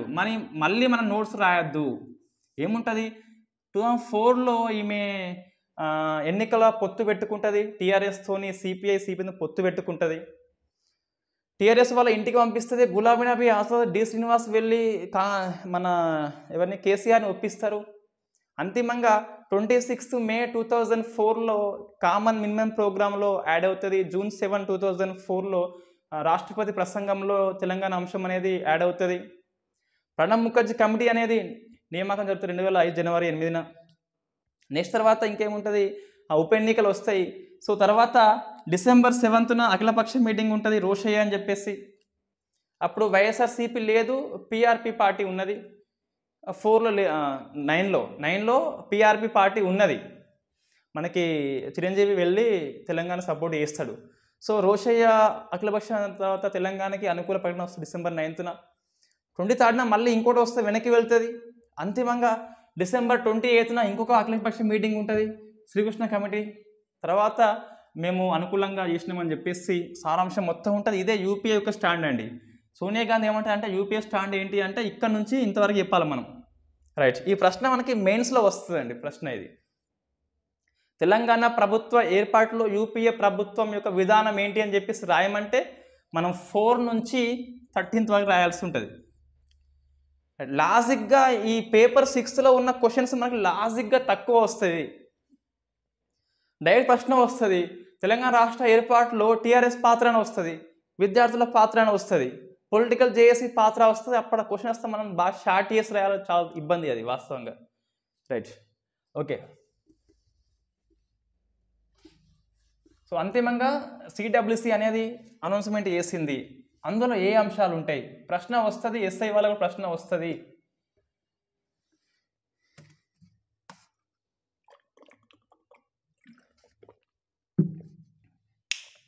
ఈ ప్రశ్న వస్తుంది ఎందుకు చెప్పడం అంటే ఈ సిడబ్ల్యూసి కొన్ని అంశాలు చెప్తుందండి. మనం ఏం చేస్తామంటే జూలై 30 అని చదువుతాము, 4 అంశాలు ఏముంటే దాన్ని స్కిప్ చేస్తాము. బట్ దాంట్లో సిడబ్ల్యూసి అనౌన్స్మెంట్లో లేనిదేది అట్లా ప్రశ్న వస్తుంది. ఎప్పుడైనా ఒక పేపర్ అధ్యయనం చేసేటప్పుడు నెంబరింగ్ వైపు మనం వెళ్ళొద్దు, ఫ్యాక్ట్ వైపు వెళ్ళొద్దు, ఎక్కువ సార్లు వెళ్ళొద్దు. సో సిడబ్ల్యూసి ఏంటి అంటే ఫస్ట్ 10 డిస్ట్రిక్ట్ తెలంగాణ ఒకటి, సెకండ్ది రాజధాని హైదరాబాదు 10 years అనేది ఉమ్మడిగా ఉంటుంది. మూడవది పోలవరానికి జాతీయ హోదా. సో ఏపీ ప్రాజెక్ట్ అది పోలవరం అని చెప్పేసి జాతీయ హోదా ఉంటుంది. నెక్స్ట్ తర్వాత ఏముంటుంది, సో ఏపీకి కొత్త రాజధాని అనేది 10 ఏళ్లలో ఏర్పాటు చేయాలి. ఈ 4 అంశాలు మనకి సిడబ్ల్యూసి అనౌన్స్మెంట్లో ఉంటాయి. మనం 4 గుర్తు కంపల్సరీ పెట్టుకోవాల్సి ఉంటుంది. సో ఇది మనకు అయిపోయింది. ఫస్ట్ లెసన్లో సిడబ్ల్యూసి అనేది మొత్తం పూర్తిగా అయిపోయింది. ఏం గుర్తుపెట్టుకోవాలి, కోర్ కమిటీలో ఎవరున్నారు, రాష్ట్ర నాయకత్వంలో ఎవరున్నారు, ఢిల్లీకి పోయింది ఎవరు, ఈ 4 అంశాల్లో ఏ అంశాలు ఉన్నాయి అవన్నీ అట్లనే మనం గుర్తుపెట్టుకోవాల్సి ఉంటుంది. సో నెక్స్ట్ ఏంటి ఇప్పుడు అంటే August 5th డేట్ గుర్తుపెట్టుకో కంపల్సరీ. సో 5th August గుర్తుపెట్టుకోండి కంపల్సరీ. సో తెలంగాణ రాష్ట్ర ఏర్పాటు ప్రక్రియ ప్రారంభిస్తున్నాము. దీనికి అనుగుణంగా త్వరలోనే ఏపీ రాష్ట్ర అసెంబ్లీ తీర్మానం చేస్తుంది. ఇదే అనౌన్స్మెంట్ మన December 9th వచ్చింది. December 23rd వేరే అసెంబ్లీ తీర్మానం అనంతరము రాష్ట్రం ఏర్పాటు. ఇదేంటిది, రాష్ట్ర ఏర్పాటు ప్రక్రియ అయిపోయింది, అభిప్రాయం కోసం బిల్లు పంపిస్తాము. దీన్ని చేసింది ఎవరు అంటే మనకి 2013లో ఎవరు చేయాలి వాస్తవంగా అంటే హోంశాఖ చేయాలి. హోంశాఖ ఎవరు అంటే సుశీల్ కుమార్ షిండే ఈయన చేయాల్సింది. ఇన్ఫ్యాక్ట్ అతనికి 24 hours గంటకి 3 సార్లు చొప్పున 72 సార్లు మోషన్స్ అయినాయి. వెరీ వెరీ ఇంపార్టెంట్ బిట్ ప్రశ్న వస్తుంది ఎగ్జామ్లో. సో మోషన్స్ అయినాయి కాబట్టి అక్కడ మనకి ఏంటి అంటే ఈయన ప్లేస్లో ఆర్థిక శాఖ మంత్రి చిదంబరం చేస్తాడు విధి. విధి ఎంత బలీయమైంది అంటే డిసెంబర్ 9న చిదంబరం నోట వచ్చింది, మళ్ళీ చిదంబరం నోట వచ్చేలా చేసింది విధి అనేది. ఇన్ఫ్యాక్ట్ నువ్వు కొత్త రాష్ట్రం ఏర్పాటు బిల్లు అంటే హోంశాఖ మంత్రి చేయాలి, కంపల్సరీ ఆయన చేయాల్సి ఉంటుంది పార్లమెంట్ సంప్రదాయం ప్రకారము, నాటి రాజ్యాంగం ప్రకారం. యాజ్ పర్ ఇండియన్ కాన్స్టిట్యూషన్ ఎవరైనా చేయవచ్చు, మంత్రివర్గంలో ఉంటైపోతుంది. సో మనకి అతనికి మోషన్స్ కారణం కాబట్టి చిదంబరం చేసిండు, చేసేలా చేసింది విధి. తెలంగాణ యొక్క పాపం తగిలింది చిదంబరానికి. సో మళ్ళీ వచ్చింది నోటి మాట. Right. August 6th August, very next day 2013 date మళ్ళీ గుర్తుపెట్టుకోవాలి కంపల్సరీ. ఏంటిదంటే యాంటోనీ కమిటీ నియామకము. అరే మళ్ళీ ఏంటి కమిటీ అని చెప్పేసి, యాంటోనీ కమిటీ. రాష్ట్ర ఏర్పాటు ప్రక్రియ అన్నావు, సిడబ్ల్యూసి అన్నావు, ఇదే కాంగ్రెస్ పెద్దది అన్నావు. మళ్ళీ ఏంటి ఇక్కడ ఈ పార్లమెంట్లో అనౌన్స్మెంట్ అయిపోయింది, మళ్ళీ కమిటీ ఏంటి అని చెప్పేసి తెలంగాణ వాళ్ళు కింద మీద అవుతారు వాస్తవంగా. ఆంధ్ర వాళ్ళకి ఇంకా తెగ హ్యాపీగా, ₹1 కోటి లాటరీ వచ్చినంత ఆనందము, దేకోమ షాడిదాం అని చెప్పేసి ఇంకా వాళ్ళు ఏంటిది అది చిచ్చుబుడ్డిలు ఉంటాయి అవన్నీ, అవి కాలుస్తూ ఉంటారు. మళ్ళీ వస్తాడు ఫేమస్ డిగ్గీ రాజా. ఈ డిగ్గీ రాజా వచ్చి ఏమంటాడు అంటే means Digvijay Singh, AP Congress in charge, Anthony committee కేవలము విభజన కోసమే అంటాడు. సో విభజన కోసమే కాబట్టి ఇట్ ఈస్ కాల్డ్ విభజన కమిటీ. విభజన కమిటీ అందరి దృష్టిలో ఏంటి అంటే అరే కమిటీ మళ్ళీ ఎప్పుడు, ఆగస్ట్ టైము మనకి ఈ February 21 ఈ కాంగ్రెస్ యొక్క పదవీ కాలము 5 years అయిపోతుంది. సో టైం ఎక్కువ లేదు, మళ్ళీ కమిటీ కాలయాపన కోసం అని చెప్పేసి చాలామంది భయపడతారు. ఇన్ఫ్యాక్ట్ ఈ యాంటోనీ కమిటీ మన టెక్నికల్గా చూస్తే ఈ కాంగ్రెస్ యొక్క అంతర్గత కమిటీ. విభజన మీద ఈ ఏపీటీఎస్ కాంగ్రెస్ సభ్యుల్ని సమన్వయం చేసేందుకు నియమిస్తుంది. తర్వాత పరిణామాల వల్ల దీన్ని విభజన కమిటీగా మారుస్తారు. మళ్ళీ చెప్తున్నా, it is not appointed by Indian government, only Congress party నియామకం చేస్తుంది వాస్తవంగా అయితే. సో ఏమంటుందంటే విభజన కోసమని చెప్పేసి, విభజన అమలు కోసమే కమిటీ అని చెప్పేసి డిగ్గీ రాజా అనౌన్స్మెంట్ చేస్తే మనకు ప్రశ్న వచ్చింది. సో ఇది గుర్తుపెట్టుకోవాల్సిన అవసరం అయితే ఉంటుంది. రైట్. ఇప్పుడు యాంటోనీ కమిటీ యొక్క పని ఏంటిది? ఫస్ట్ మెంబర్స్ ఎవరు ఉన్నారు అంటే చూస్తే, సో ఎవరు, Digvijay Singh, so Diggi Raja famous. Next చూస్తే Ahmed Patel, yes most honest person అండి ఇతను.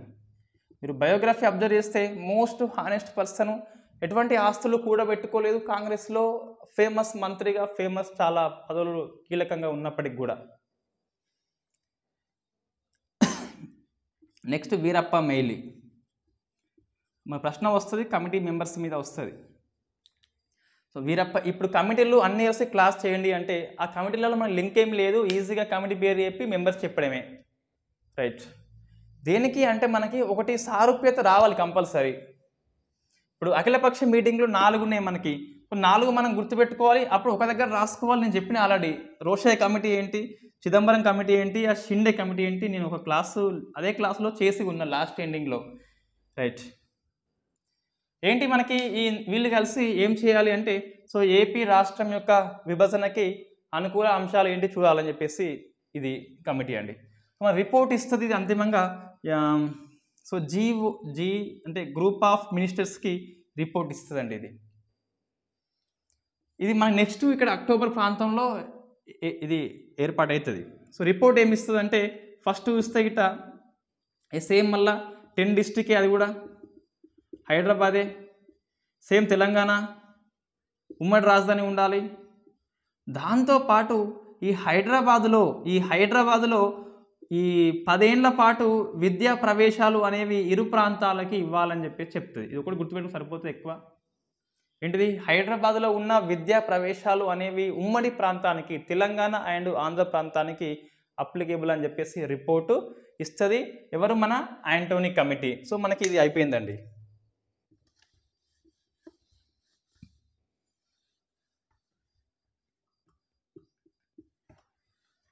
రైట్. ఈ టైంలో కొంచెము ఆంధ్ర వాళ్ళు అటు ఇటు చేస్తారు కదా, ఆ టైంలో మన లక్ష్మణ్ బాపూజీ వస్తాడు సీన్లోకి. లక్ష్మణ్ బాపూజీ ఓ కమిటీ ఉంటుంది, విభజన కమిటీ అని. ఇది గవర్నమెంట్ కాదు, ఏం కాదు, వీళ్ళే నియామకం చేసుకుంటారు. ఎవరు? ప్రత్యేక తెలంగాణ వాళ్ళు, ప్రత్యేక ఆంధ్ర వాళ్ళు ఉంటారు కొంతమంది. సో వాళ్ళు కలిసి ఈ కమిటీని ఏర్పాటు చేసుకుంటారు. ఈ కమిటీ స్లోగన్ ఏంటి అంటే సో కలిసి విడిపోదాము, ఎటువంటి వైషమ్యాలు లేకుండా కలిసి విడిపోదాము, అన్నదమ్ముల లెక్క పార్టీ చేసుకుందామని చెప్పేసి చెప్తాడు. లేకుంటే దాంతోపాటు విడిపోయి కలుసుందాము. సో విడిపోయి మళ్ళీ కలుసుందాం అంటే కలవడం కాదు ఇక్కడ, మళ్ళీ అస్సలు ఛాన్స్ లేదు ఇక. సో కలిసి విడిపోదాం అంటే ఎటువంటి వైషమ్యాలు లేకుండా కొట్టుకోవద్దు మనం. సో మంచిగా పార్టీ చేసుకొని విడిపోదాము.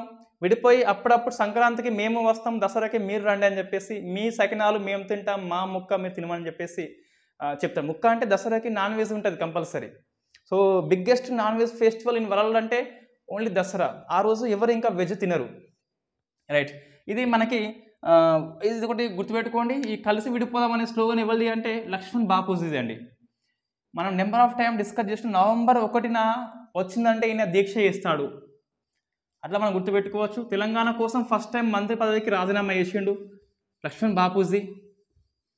ఫస్ట్ ఎంపీ ఎవరంటే బకర్ అలీ మిర్జీ, కాంగ్రెస్కి రాజీనామా చేస్తాడు ఎంపీ పదవికి, రైట్. ఇదేంటిది నెక్స్ట్ October 3న, సో 3 October 2013న ఫస్ట్ కేంద్ర హోంశాఖ అండి, గుర్తుపెట్టుకోవాలి. ఫస్ట్ ప్రాసెస్ ఉంటుంది ఇదే.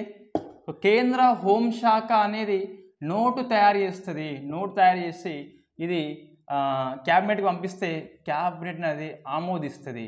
సో ఫస్ట్ మనకి వచ్చింది, ఇంతవరకు క్యాబినెట్ ఎప్పుడు ఆమోదించలేదు. ఈ నోట్లో ఏముంటుందంటే CWC అనేది అనౌన్స్మెంట్ ఏది చేసిందో ఆ అనౌన్స్మెంట్ యథాతథంగా ఉంటుంది, ఎట్లా ఉందో అట్లనే ఆమోదిస్తుంది, సవరణ చేయదు. 10 డిస్ట్రిక్ట్ తెలంగాణ, 10 years ఉమ్మడి హైదరాబాదు, పోలవరం జాతీయ హోదా, ఏపీకి 10 yearsలో రాజధాని ఏర్పాటు అని చెప్పేసి 4 అంశాలు ఉంటాయి కదా CWCలో, అవే అంశాలు ఇక్కడ ఉంటాయి.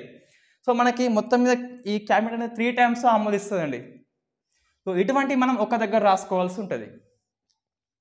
3 October, సో 5, 7, 3, 5, 7 బేస్ నెంబర్స్ అంక శ్రేణిలో ఉన్నాయి కాబట్టి ఈజీ గుర్తుంటుంది. అక్టోబర్ అయినాక ఒకటి ఎగిరేయండి, డిసెంబర్ వస్తుంది, ఇంకోటి ఎగిరేస్తే ఫిబ్రవరి వస్తుంది. మనకి తెలంగాణ బిల్లుని క్యాబినెట్ అనేది 3 times ఆమోదించింది. వీటిని విడివిడిగా చదవద్దు, కలిపి చదువుకోవాల్సి ఉంటుంది. సో 3 October ఏంటి అంటే ఇది కేంద్ర హోంశాఖ నోటిని ఆమోదిస్తుంది. స్టార్టింగ్ ఇది ఫస్ట్ అన్నట్టు, ఇది ఫస్ట్ ఆమోదించింది. ఇక్కడ ఏంటిదంటే ఏది ఈ గ్రూప్ ఆఫ్ మినిస్టర్స్ యొక్క రిపోర్ట్ వస్తుందిగా, ఆ రిపోర్ట్ వచ్చినాక దాన్ని ఆమోదిస్తుంది క్యాబినెట్ అనేది. ఇక్కడ ఏంటిదంటే రాష్ట్ర అసెంబ్లీ నుంచి తీర్మానం చేసి మళ్ళీ బిల్లు వెనక్కి వస్తుంది కదా, అప్పుడు రాష్ట్ర అసెంబ్లీ అనంతరము మళ్ళీ ఒకసారి క్యాబినెట్ అనేది ఆమోదిస్తుంది. పార్లమెంట్లో ప్రవేశపెట్టే ముందు ఇది, సో లాస్ట్ సారిగా, సో పార్లమెంట్ ప్రవేశానికి ముందు ఇది, రాష్ట్రం నుంచి వచ్చినాక బిల్లు అనేది. ఇది గ్రూప్ ఆఫ్ మినిస్టర్స్ని ఇప్పుడు డిస్కస్ చేస్తాం మన నెక్స్ట్ క్లాస్లో, అంటే ఇదే క్లాస్లో నెక్స్ట్ టైంలో, అప్పుడు ఆమోదిస్తుంది. ఇది ఫస్ట్ టైం అన్నట్టు ఇది. సో 357 మనం గుర్తుపెట్టుకోవాలి కంపల్సరీ. ఇక రాద్దాం. 6th August అయిపోయిందిగా, so 3 October, 5 December, 7 December. So మన 3 times ఆమోదిస్తుంది ఈజీగా. మన కోసం అన్నట్టు అంకశ్రేణిలో ఉన్నాయి, మనం అమర్చలేదు, అవి ఉన్నాయి, ఉన్న వాటిని మనం చెప్తున్నాం అంతే, మన కోసం అమర్చలేదు. ప్రశ్న వస్తుంది, డేట్ మీద వస్తుంది, మనం డేట్స్ కోసం ఉన్న వాటిని కలగం పుల్లం చేయొద్దు. డేట్ లేకుండా అంశం మీద వచ్చినప్పుడు నువ్వు నీకు అనుకూలంగా మార్చుకోవచ్చు, ఒక ఆర్డర్లో నువ్వు పెట్టుకోవచ్చు, నీ ఇష్టం. మన పొలిటికల్ చేసి కొద్ది ఆర్డర్లో పెట్టినాం మనం, కూర్చున్నారు, లేచిన్లు, ఎగిరిన్లు అని చెప్పేసి, అది మన ఇష్టం. అది ఇక్కడ నీ ఇష్టం కాదు, ఇవే డేట్ ఫాలో కావాలి కంపల్సరీ. క్యాబినెట్ అనేది ఆమోదించిందండి. ఆమోదించినాక నెక్స్ట్ మనకి సెకండ్ ప్రక్రియ ఏంటి అంటే గ్రూప్ ఆఫ్ మినిస్టర్స్, మంత్రివర్గ సంఘం అని చెప్పేసి ఏర్పాటు చేయాలి కంపల్సరీ. ఒక పెద్ద అంశం తీసుకున్నప్పుడు కంపల్సరీ గ్రూప్ ఆఫ్ మినిస్టర్స్ అనేది ఎందులోనైనా ఉంటుంది గ్యారంటీ. సో మంత్రివర్గ సంఘం తీసుకుంటారు. దీనికి ఎవరంటే చైర్మన్, దేని చైర్మన్, గ్రూప్ ఆఫ్ మినిస్టర్స్కి మళ్ళీ యాంటోనీ వస్తాడు, మళ్ళీ యాంటోనీ. ఇంతకుముందు యాంటోనీ కమిటీ వేరు, కాంగ్రెస్ పార్టీని అంతర్గతంగా నియమించుకున్నది, ఇది మాత్రం సెంట్రల్ గవర్నమెంట్, యూనియన్ గవర్నమెంట్ నియమించింది అఫీషియల్గా. సో గ్రూప్ ఆఫ్ ఏమంటున్నా మినిస్టర్స్ అంటున్నా, అందరు మినిస్టర్సే ఉంటారు. ఇక ఫస్ట్ మనకు యాంటోనీ ఉన్నాడు. నెక్స్ట్ చూస్తే మెంబర్స్ ఎవరని చెప్పేసి ఉంటుందండి, వెరీ వెరీ ఇంపార్టెంట్. హోంశాఖ మంత్రి కంపల్సరీ కాబట్టి సో సుశీల్ కుమార్ షిండే, ఈ పేర్లు గుర్తుపెట్టుకోవాలి కంపల్సరీ, SIPC వాళ్ళు అయితే గ్యారంటీ. సో సుశీల్ కుమార్ షిండే హోంశాఖ మంత్రి. చిదంబరం వస్తాడు మనకి, చిదంబరం వచ్చేసి ఈయన ఆర్థిక శాఖ మంత్రి. నెక్స్ట్ వీరప్ప మొయిలీ, వీరప్ప మొయిలీ, ఈయన పెట్రోలియం శాఖ మంత్రి. శాఖలు రాకపోవచ్చు, బట్ గుర్తుపెట్టుకునే ప్రయత్నం చేయాలి. నెక్స్ట్ జైరామ్ రమేష్. సో జైరామ్ రమేష్ ఇతను గ్రామీణాభివృద్ధి శాఖ మంత్రి. ఇన్ఫాక్ట్ ఇతను ఏపీ తంది. సో గ్రామీణాభివృద్ధి శాఖ మంత్రి. నెక్స్ట్ మన ఫేమస్ గులాబ్ నబీ ఆజాద్. ఈయన హోమ్ అండ్ వెల్త్ అఫేర్స్ అంటే కుటుంబ ఆరోగ్య శాఖ మంత్రి, ఫ్యామిలీ అండ్ హెల్త్ వెల్ఫేర్ అని చెప్పేసి.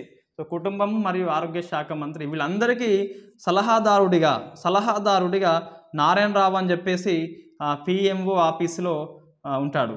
సో ప్రధానమంత్రి ఆఫీసులో పనిచేసే సిబ్బంది వ్యవహారాల శాఖ, సిబ్బంది వ్యవహారాలు అని చెప్పేసి నారాయణరావు అని చెప్పేసి వీళ్ళకు సలహాదారుడిగా ఉంటాడు. ఇది గ్రూప్ ఆఫ్ మినిస్టర్స్ అండి. ఇది ఏం చేయాలి అంటే విభజన ద్వారా వచ్చే సమస్యలు, పరిష్కార మార్గాలు తెలియజేస్తూనే కొన్ని సూచనలు అనేది ఇంకా ఎక్స్ట్రా అందించాలి. పరిష్కార మార్గాలు, సమస్యలు ఏముంటాయి, పరిష్కారం ఏంటి అని చెప్పేసి ఎక్స్ట్రా అడ్వైజ్ అనేది ఇవ్వాల్సి ఉంటుంది. అప్పుడు ఈ గ్రూప్ ఆఫ్ మినిస్టర్స్ అనేది ఏర్పాటు చేసినాక ఇప్పుడు ఏం చేయాలిగా, పార్టీలకు లేఖ రాస్తారు. అక్టోబర్ మనం ఎక్కడ ఉన్నాము, 3 అక్టోబరు ఇక్కడ ఉన్నాం కదా. సో గ్రూప్ ఆఫ్ మినిస్టర్స్ ఏర్పాటైంది. వీళ్ళు పార్టీలకు చెప్తారు, మీరు మీటింగ్కి రమ్మంటారు. అప్పుడు మన వైఎస్ఆర్సీపీ సో ఈ 5 అక్టోబర్ ఒకటి, 7 అక్టోబర్ ఒకటి, మీరు డేటు గుర్తుపెట్టుకోకండి, నాకు రాస్తలేను కాబట్టి. సో ఇక్కడ ఫస్ట్ మనకి జగన్ దీక్ష అండి. జగన్ దీక్ష, ఇక్కడేమో చంద్రబాబు దీక్ష. ఎందుకు ఈయన దీక్ష అంటే ఈయన వేస్తున్నాడు, ఈయన ఏదాకా చేయాలి. జగన్ దీక్ష సమైక్యాంధ్ర కోసం, ఎందుకంటే తెలంగాణ అర్థమైందిగా. సో మా గుడారము పోతుందని చెప్పేసి. సో ఆంధ్రాలో దీక్ష చేస్తే కొద్దిగా ఆంధ్ర రాష్ట్రంలో నా పార్టీ ఉంటుందని చెప్పేసి పార్టీ ఉనికి కోసము జగన్ దీక్ష చేస్తాడు మన లోటస్ పాండ్ జూబ్లీ హిల్స్లో. లోటస్ పాండ్ జగన్కి ప్లస్ పాయింట్ ఏంటి, జగన్కి క్లారిటీ ఉన్న తెలంగాణలో పార్టీ లేనే లేదు, ఒకడు లేడు తెలంగాణ కొడుకులు కాబట్టి. సో ఇప్పుడు ఏంటిది, జగన్కి ఆంధ్రాలో ఉండాలని చెప్పేసి. కాబట్టి సమైక్యాంధ్రకి జై అన్నాడు, జై అన్నాడు. కాబట్టి క్లారిటీగా ఉన్నాడు మనవడు, ఇబ్బంది లేదు. చంద్రబాబుకు మస్తు ఇబ్బంది ఏంటిదంటే, సో తెలంగాణని వదులుకుందామంటే మస్తు క్యాడర్ ఉంటుంది తెలంగాణకి వాస్తవంగా, ఈ టీడీపీకి. ఒకప్పుడు మా ఉమ్మడి ఆదిలాబాద్ చూస్తే గిట్ట సో 10 అసెంబ్లీలో 9 అసెంబ్లీ ఎమ్మెల్యేలు టీడీపీ పార్టీయే. 2003లో 1999లో ఇది అంటే అంతటి క్యాడర్ ఉండేది. అప్పుడు 4లో కూడా బాగానే క్యాడర్ అనేది ఉన్నది వాస్తవంగా, 9, 8 దాకా ఉన్నాయి అప్పుడు. సో అటువంటి క్యాడర్ ఉంది కాబట్టి జై తెలంగాణ అంటే జై సమైక్యాంధ్ర అనలేడు. తెలంగాణ అందామంటే అటు 175లో దాదాపు 80-90 దాకా ఉన్నాయి అప్పుడు. సో అటువంటి స్థితిలో ఇంకా ఎటువైపు వెళ్లకుండా ఈ హైదరాబాద్లో దీక్ష చేయకుండా, ఏపీ దీక్ష చేయకుండా ఢిల్లీలో వెళ్ళి దీక్ష చేస్తాడు మనోడు. సో ఢిల్లీ వెళ్తాడు దీక్ష కోసం, జంతర్ మంతర్ దగ్గర. సో ఇక మన మీడియా కంపల్సరీ వెళ్తుంది. వెళ్ళి ఎందుకు దీక్ష అని చెప్తే గిట్ట ఆయన తెలంగాణ అనడు, ఆంధ్ర అనడు. సో సమన్యాయం అంటాడు. సమన్యాయం చేసినాకనే విభజన చేయండి అంటాడు. లేకుంటే 2 కళ్ళు అంటాడు. ఏ కళ్ళలో ఒడుచుకోవాలా నేను, 2 కళ్ళు నాకు. 2 కొడుకులు సిద్ధాంతము, 2 కొడుకులు, తెలంగాణ కొడుకే ఈ ఆంధ్ర కొడుకే. సో 2 కాబట్టి నేను ఎటు సపోర్ట్ చేయాలని చెప్పేసి కొత్త పల్లవిని ఎత్తుకుంటాడు చంద్రబాబు నాయుడు. తెలంగాణ ఉద్యమం ఫలితంగా ఏ పార్టీ సర్వనాశనమైందంటే ఇన్ఫ్యాక్ట్ కాంగ్రెస్ ఒకటి నాశనమైంది ఏపీలో, ఇది 2 రాష్ట్రాలలో నాశనమైంది వాస్తవంగా. రైట్, ఇది మనకి డేట్స్ రాకపోవచ్చు కానీ జస్ట్ ఆంధ్ర నాయకుల పన్నాగం అని చెప్పేసి చెప్తాం మనం. లాస్ట్లో వీళ్ళు ఆల్రెడీ సిడబ్ల్యూసి ఆమోదించింది. పార్లమెంట్లో ఈ లోక్సభ, రాజ్యసభలో ఆల్రెడీ 2 పక్షాలు, అధికార పక్షం కాంగ్రెస్, ప్రతిపక్షము బీజేపీ, ఇద్దరు సపోర్ట్ చేస్తున్నారు. ఇంకా ఇవన్నీ ఎందుకు జిమ్మిక్కులు మరి అంటే కేవలం ఆంధ్రాలో ఉనికి కోసము, మేము ఫైట్ చేస్తున్న సమైక్యాంధ్ర కోసము, అది కావట్లే అని చెప్పి చెప్పుకోవడం అట్లా. రైట్, ఎన్నికల కోసం జిమ్మిక్కులు ఇవన్నీ. ఈ జిమ్మిక్కులు చేయలేకనే పవన్ కళ్యాణ్ 2 టైమ్స్ ఒకటే ప్లేస్లో అంటే 2 ప్లేసెస్లో ఓడిపోయినాడు. మన లక్ష్మీనారాయణ, మన ఎవరు జేపీ, వీళ్ళంతా ఎందుకు సక్సెస్ కాలేకపోయినా జిమ్మిక్కులు తెలియవు పాపం వీళ్ళకి. ఉన్నట్టు చెప్పేస్తారు, సర్వీస్ చేస్తారు, కష్టపడతారు. సో వాళ్ళు ఓటు అయితే ప్రజలైతే. So that is a democracy. ఎన్టీఆర్ని ఓడించినారు, ఇందిరాగాంధీని ఓడించినారు మన డెమోక్రసీలో ఉన్నటువంటి. రైట్, ఇప్పుడు ఏంటి అంటే గ్రూప్ ఆఫ్ మినిస్టర్స్కి ఇంకా వీళ్ళు లేఖలు రాయాలి. ఫస్ట్ అయితే వెళ్ళాలి, ప్రశ్నలు వస్తుంది, ఎవరు మీటింగ్కి వచ్చిండ్రు, ఎవరు రిపోర్ట్ ఇచ్చిండ్రు, రిపోర్ట్ ఇవ్వలేదని చెప్పేసి.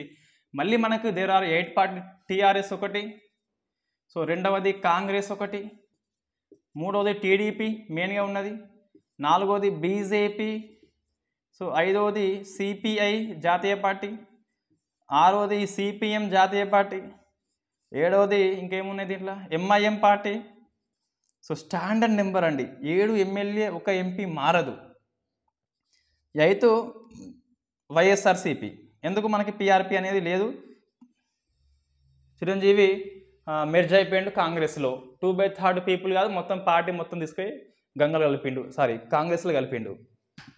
రైట్. అరే 18 మంది వచ్చింది ఎమ్మెల్యే నీకు ఏపీలో, సపోర్ట్ ఉంది కదా, 18 మందిని ఉత్తా నువ్వు అంటే ప్రజలు పిచ్చి వాళ్ళు ఓటేసినారు నీకు. చిరంజీవి నువ్వు నమ్మిండు, పిఆర్పిని నమ్మి నీకు ఓటేసినారు. వీళ్ళంతా ఇప్పుడు ఉత్తోళ్ళైనా 18 మెంబర్స్లో ఉన్నటువంటి పీపుల్స్ ఎవరైతే ఉన్నారో. ఈ పార్టీ ఫిరాయింపు అనేది అందుకే అది వేస్ట్ చట్టం, అది వాస్తవంగా పార్టీ ఫిరాయింపు చేసేందుకు అది అనుకూలంగా ఉన్నది వాస్తవంగా చూస్తే ఇట్ట. రైట్. ఏంటిది? సో టీఆర్ఎస్ మనకి ఎవరెవరు హాజరైనంటే మనం ఫస్ట్ నుంచి చూస్తే ఫస్ట్ మాత్రం కేసీఆర్ దీక్ష చేస్తాడు రోషయ్య మీటింగ్ అప్పుడు, కేసీఆర్ పోడు. ఇప్పుడు కేసీఆర్ పోతాడు, కేకే పోతాడు, వివేక్ పోతాడు. సో మనకి ఫస్ట్ దాంట్లో ఈటెల పోయిండు కదా, ఈటెల పోయిండు. నెక్స్ట్ దాంట్లో కేసీఆర్ జయశంకర్, నెక్స్ట్ దాంట్లో కేసీఆర్ నైని, నెక్స్ట్ దాంట్లో కేసీఆర్ కేకే వివేక్. నెక్స్ట్ ఏంటి అంటే ఇవి రోషయ్యది, చిదంబరంది, షిండేది, ఇది జీఓఎం మినిస్టర్స్ది. ఒక టేబుల్ కొట్టుకోండి మీరు కంపల్సరీ, పేపర్లో టేబుల్ కొట్టుకొని అధ్యయనం చేయాల్సి ఉంటుంది. రైట్. వీళ్ళు ఏమంటారు, వివేక్ కదా, వివేక్. రైట్. వీళ్ళు ఏమంటారు అంటే ఉమ్మడి రాజధాని 10 years కాదు 5 years. నేను చెప్పేది ఈ తెలుగు అకాడమీలో ఏమున్నదో అది చెప్తాను మీకు. ఇంకోటి అర్థం కావాలి, రిఫరెన్స్ తీసుకున్నప్పుడు వేరే పుస్తకాలు రిఫరెన్స్ తీసుకుంటే, ఇప్పుడు దీంట్లో నేను 3 చెప్తాను, 2 చెప్తాను, మీరు 3వ అంశాన్ని యాడ్ చేయొద్దు. మళ్ళీ తెలుగు అకాడమీలో ఉంటే యాడ్ చేసుకోవాలి. అంటే రిఫరెన్స్ ఎక్కడ వాడుకోవాలని ఫస్ట్ మనకు తెలియాలి.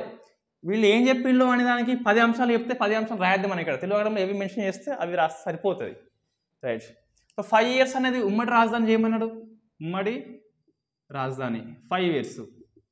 సో మనకి నెక్స్ట్ ఏంటి అంటే ఈ ప్రాజెక్ట్స్ ఏవైతే ఉన్నాయో ఈ ప్రాజెక్ట్స్ అనేవి తెలంగాణకి అన్యాయం చేసే వాటికి మేము నీరు ఇవ్వమని చెప్పిండ్రు, నీరు ఇవ్వము అని చెప్పేసి కరాఖండిగా చెప్పేస్తాడు.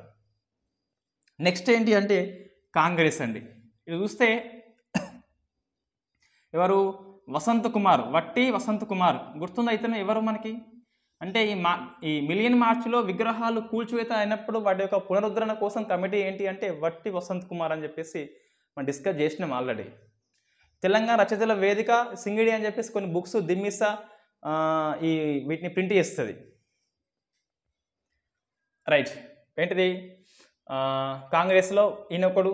నెక్స్ట్ శైలజనాథ్. అంతకుముందు ఎవరు మనకి ఇక్కడ అంటే సురేష్ రెడ్డి ఉన్ను గాదె వెంకటరెడ్డి అని చెప్పేసి ఉంటుంది. సురేష్ రెడ్డి అండ్ గాదె వెంకటరెడ్డి ఎప్పుడు ఈ అఖిలపక్ష మీటింగ్లలో. రైట్. గుర్తుపెట్టుకో కంపల్సరీ. ఇప్పుడు ఏంటి మనకి టీడీపీ చూస్తే గిట్ట ఫస్ట్ ఇది ఏమన్నదంటే ఈయన తెలంగాణ కదా, సంపూర్ణ తెలంగాణ అవసరం, మాకు తెలంగాణ అవసరం అని చెప్పి సపోర్ట్ చేస్తాడు. ఇదేమన్నాడు అంటే సమైక్యాంధ్ర లేకుంటే HMDA Hyderabad metropolitan development authority అని చెప్పేసి మనం ఇది మర్చిపోయిన వాస్తవం. ఇక్కడ ఈ గ్రూప్ ఆఫ్ మినిస్టర్స్ అనేది రాజధానిగా యాంటోనీ కమిటీ అనేది రాజధానిగా ఏముండాలని చెప్పేసి మూడింటిని థింక్ చేస్తుంది. ఒకటి హైదరాబాద్ రెవెన్యూ, సెకండ్ జిహెచ్ఎంసి, ఎంత ఇది 626 square kilometers ఉంటుంది. మూడోది హెచ్ఎండిఏ అని చెప్పేసి 7073 అని చెప్పేసి ఉంటుంది స్క్వేర్ కిలోమీటర్స్. ఈ మూడిలో అంతిమంగా దేనికి ఓకే చెప్తుంది అంటే యాంటోనీ కమిటీ అనేది జిహెచ్ఎంసికి ఓకే చెప్తుంది, జిహెచ్ఎంసికి ఓకే చెప్తుంది. రైట్. ఇప్పుడు ఏంటి టీడీపీ అనేది చూస్తే గిట్ట అంటే హెచ్ఎండిఏ రాజధాని చేయమంటుంది, యూటీ ఏమంటుంది యూటీగా. నెక్స్ట్ హైదరాబాద్ ఇన్కమ్ అనేది 2 ప్రాంతాలకు ఇచ్చేయాలి, ఆంధ్రాకి ఇచ్చేయాలి, తెలంగాణకి ఇచ్చేయాలని చెప్పేసి చెప్తాడు. ఫస్ట్ ఏంటి సమైక్యాంధ్ర, హెచ్ఎండిఏ యూటీ చేయాలి. హెచ్ఎండిఏ అంటే మనకి మెదక్ వస్తుంది, రంగారెడ్డి వస్తుంది, మహబూబ్నగర్ వస్తుంది, నల్గొండ వస్తుంది, హైదరాబాద్ వస్తుంది. ఈ మ్యాప్ ఎండింగ్ చూస్తే పైన చూస్తే ఇక్కడ మెదక్, రంగారెడ్డి, మహబూబ్నగర్, నల్గొండ, హైదరాబాద్ వస్తుంది హెచ్ఎండిఏ అంటే. రైట్. ఇప్పుడు ఏంటి అంటే ఈ హైదరాబాద్ యొక్క ఆదాయము మాకు ఇవ్వాలి, వాళ్ళకి ఇవ్వాలని చెప్పేసి అంటది. టీడీపీ ఫస్ట్ ఇది హాజరు కాదండి. ప్రశ్న మనకు వస్తుంది, హాజరు కాలేదు సో ఢిల్లీకి వెళ్తాడు. అరే నువ్వు హైదరాబాద్కు రాలే కానీ ఢిల్లీకి పోతున్నావు, రైట్. ఢిల్లీకి వెళ్ళి అక్కడ రాష్ట్రపతికి లేఖ ఇస్తాడు మన Chandrababu Naidu.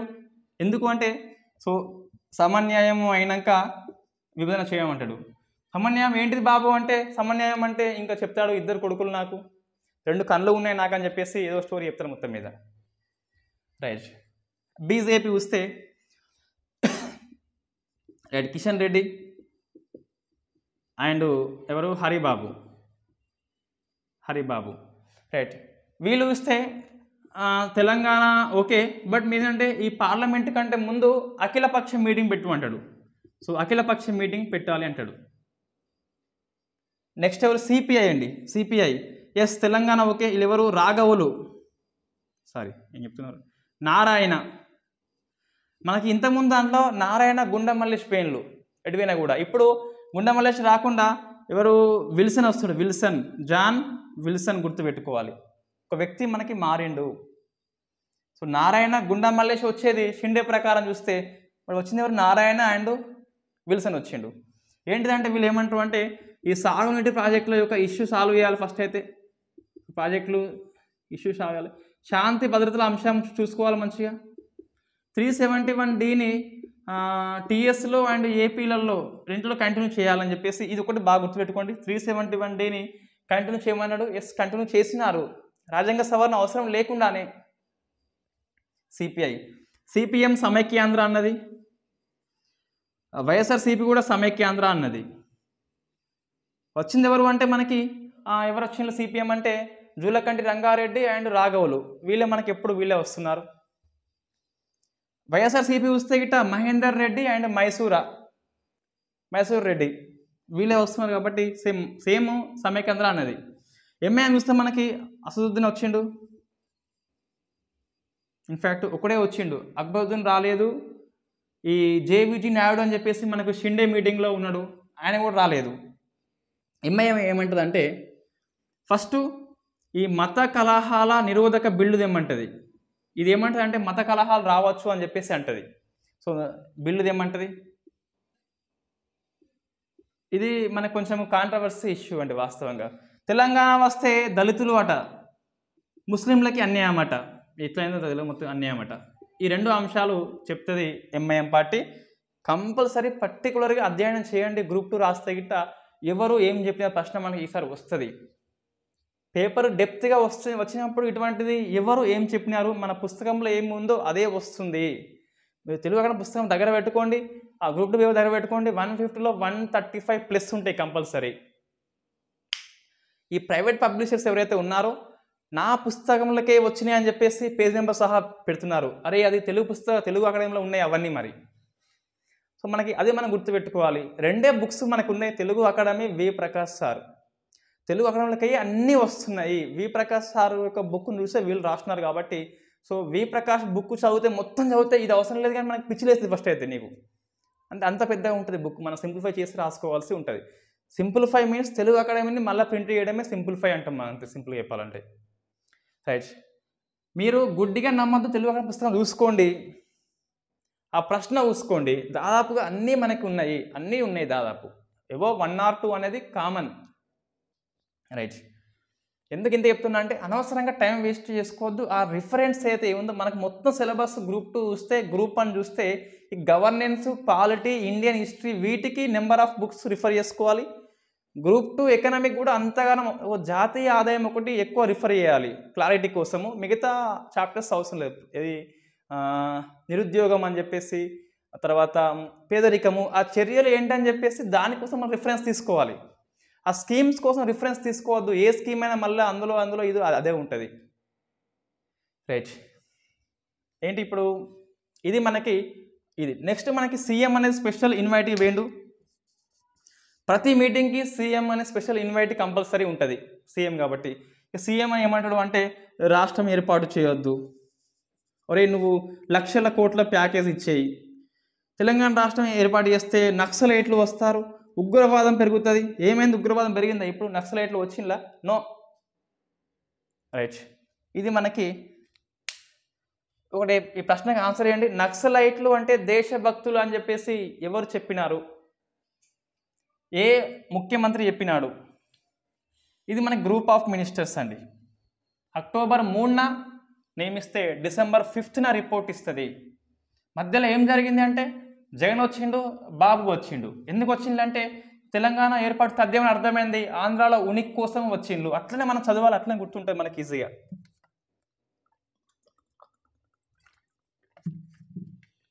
Next so 5 డిసెంబర్న report ఇచ్చింది. ఈ రిపోర్ట్ ఇచ్చినాక అదే రోజు క్యాబినెట్ ఆమోదించింది. సో ఫస్ట్ ఏంటి అంటే ఇక్కడనేమో కేంద్ర హోంశాఖ నోట్ని క్యాబినెట్ ఆమోదించింది. 5th డిసెంబర్న ఇది ఏంటిది గ్రూప్ ఆఫ్ మినిస్టర్స్ యొక్క రిపోర్టు ఆమోదిస్తూ క్యాబినెట్ అనేది మళ్ళీ ఆమోదించింది తెలంగాణ బిల్లుని. రైట్, మనకి ఇది గుర్తుపెట్టుకోవాలి. సో 5th నుంచి very next day 6th December నాడు రాష్ట్రపతికి పంపినారు. సో మనం డేట్ అంతా గుర్తుపెట్టుకోవద్దు, నేను ఉత్త చెప్తుంది ఇక్కడ. సో రాష్ట్రపతికి పంపినారు, నెక్స్ట్ డే అని చెప్పేసి గుర్తుపెట్టుకుంటే సరిపోతుంది. రాష్ట్రపతి 11th డిసెంబర్న ఆమోదించాడు. ఇది అంతగానం అవసరం లేదు డేట్ కూడా. సో రాష్ట్రపతి ఆమోదించాడు. రాత్రి రాసుకోండి ఇది ఒక్కటి. సో 11th డిసెంబర్న రాష్ట్రపతి అనేది ఆమోదిస్తుండు. రైట్, ఇది ఫిబ్రవరి 7th ఫిబ్రవరి. 11th డిసెంబర్న ఆమోదించిండు.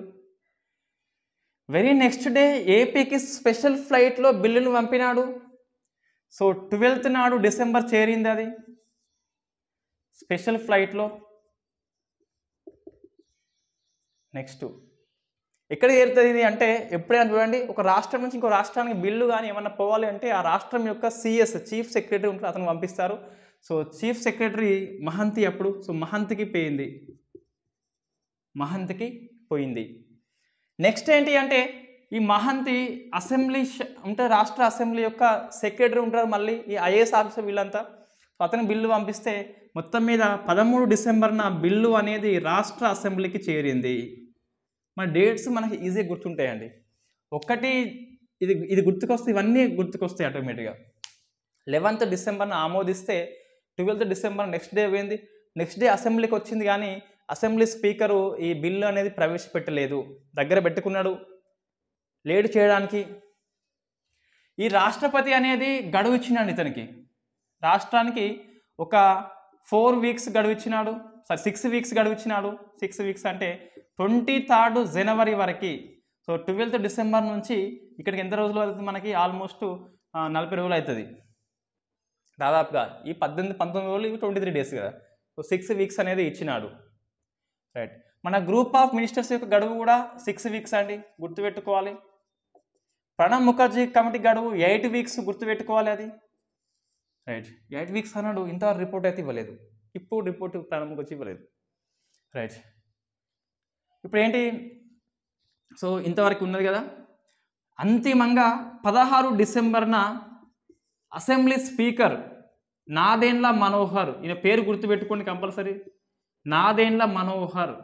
సో అసెంబ్లీలో బిల్లుని వచ్చినట్టు చెప్పాడు.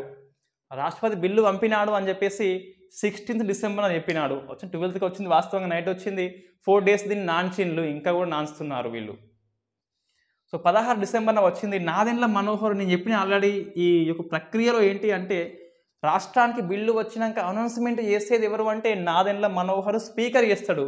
ఆ స్పీకర్ నెక్స్ట్ చర్చ కోసము అప్పటి అసెంబ్లీ వ్యవహారాల మంత్రి, శాసనసభ వ్యవహారాల మంత్రి మనకి దుద్దిల్ల శ్రీధర్ బాబు ఉన్నాడు. ఇతను చెప్తాడు బిల్లు మీద డిస్కషన్ స్టార్ట్ చేయమని చెప్పేసి ఇతనికి చెప్తాడు. ఇది మనకు ప్రాసెస్ అండి. సో రాష్ట్రపతి నుంచి బిల్లు వచ్చిందంటే అసెంబ్లీలో అనౌన్స్మెంట్ చేసి స్పీకర్ చేస్తాడు. స్పీకర్ చేసినాక శాసనసభ వ్యవహారాల మంత్రికి ఆ డిస్కషన్ షురూ చేయమంటాడు. సో షురూ చేయగానే సభ మొత్తం గందరగోళము, అంగట్లో లెక్క అయిపోయింది మొత్తం మీద. సభ వాయిదా పడింది జనవరి 3కి. సో 3 జనవరికి డేట్ మనకి అవసరం లేదు, ఎప్పుడు వాయిదా మన ప్రశ్న ఎప్పుడు రాదు, కానీ అట్లా డేట్ అట్లా గుర్తుపెట్టుకోండి. ఎటువంటి డిస్కషన్ స్టార్ట్ కాలేదు, గుర్తుపెట్టుకోండి. డిస్కషన్ స్టార్ట్ కాలేదు. Nadendla Manohar bill announcement, Sridhar Babu start చేయమని చెప్పేసి అందరికి చెప్పంగా అనౌన్స్మెంట్ జరిగింది, వాయిదా పడింది. ఈ మధ్య గ్యాప్లో ఈ శ్రీధర్ బాబుకి తొలగిస్తుంది. సో శాసనసభ వ్యవహారాల మంత్రిగా తెలంగాణ వ్యక్తి ఉండొద్దు అని చెప్పేసి డిస్కషన్ స్టార్ట్ అవుతుందని చెప్పేసి శ్రీధర్ బాబుని తొలగిస్తే శ్రీధర్ బాబు నిరసనగా తన మంత్రి పదవికి రాజీనామా చేస్తాడు. అదేంటి అంటే ఈ వ్యవహారాల మంత్రిగా తొలగించిండు, ఈయనకి ఇంకో మంత్రి పదవి ఉన్నది. సో ఈ పౌర సరఫరా శాఖ అని చెప్పేసి ఉన్నది, దీనికి రాజీనామా చేసినాడు కలత చెంది. ఈ ప్రశ్న మనకి వచ్చిందండి ఇంతకుముందు. ఏంటిది? శ్రీధర్ బాబు దేనికి రాజీనామా అంటే పౌర సరఫరా శాఖకి రాజీనామా చేసినాడు. ఎందుకు చేసినాడు అంటే ఇతన్ని ఏ మంత్రిగా తొలగించి, ఇతను 2 మంత్రి పదవులు ఉన్నాయి, అట్లా ఉండొచ్చు. సో అసెంబ్లీ అఫైర్స్ మినిస్ట్రీ తొలగిస్తే ఈయన సివిల్ సప్లైని రాజీనామా చేస్తాడు. సో నెక్స్ట్ మనకి అసెంబ్లీ అఫైర్స్ ఎవరు అంటే శైలజనాథ్. సో అప్పటి నుంచి రోజు మనకి టీవీలో కనిపిస్తాడు ఈ శైలజనాథ్. రైట్, ఇది మనకి నెక్స్ట్ మళ్ళీ 3rd సమావేశం అవుతుంది, మళ్ళీ వాయిదా పడుతుంది, 6th జనవరికి వాయిదా పడుతుంది. సో ఈ వాయిదాలు మొత్తం పడంగా లాస్ట్కి అయితే ఈ స్పీకరు బీఏసీ మీటింగ్ అండి, బిజినెస్ అడ్వైజరీ కమిటీ అంటాం. ఈ కమిటీ మీటింగ్ పెట్టి స్పీకర్ దీనికి అధ్యక్షుడు ఉంటాడు. పెట్టి ఎవరైతే బిల్లు మీద అభిప్రాయాలు చెప్పాలి అనుకున్నారో మీరు లేఖ రూపంలో నాకు ఇవ్వమని 10th జనవరి లోపు ఇవ్వమంటాడు. డేట్ అవసరం లేదు, డేట్ అవసరం లేదు, డేట్ అవసరం లేదు, ఇక్కడ అవసరం రాస్తే అవసరం అంతే. రైట్, ఏంటిది ఇప్పుడు ఏం జరిగింది? సభ అనేది 16 నుంచి వాయిదా పడుతూనే వచ్చింది, డిస్కషన్ స్టార్ట్ కాలేదు. ప్రశ్న వస్తే స్టార్ట్ అయిన డేట్ ఏంటి అని చెప్పేసి అంతిమంగా మనకేమైంది? సో బిజినెస్ అడ్వైజరీ కమిటీ పెట్టి లేఖల ద్వారా తమ యొక్క క్లాస్ ద్వారా, ప్రతి క్లాస్ ద్వారా ఆ డ్రాఫ్ట్ ముసాయిదా బిల్లు చదివి సభలో చెప్పు అని చెప్పేసి లేఖల ద్వారా చెప్పు అంటాడు. సో మనకి అంతిమంగా ఎస్ మలిపేద్దాం, ఇదిగా ఉన్నా ఏమర్థమవుతుంది కానీ. రైట్, ఏంటి అంటే అంతిమంగా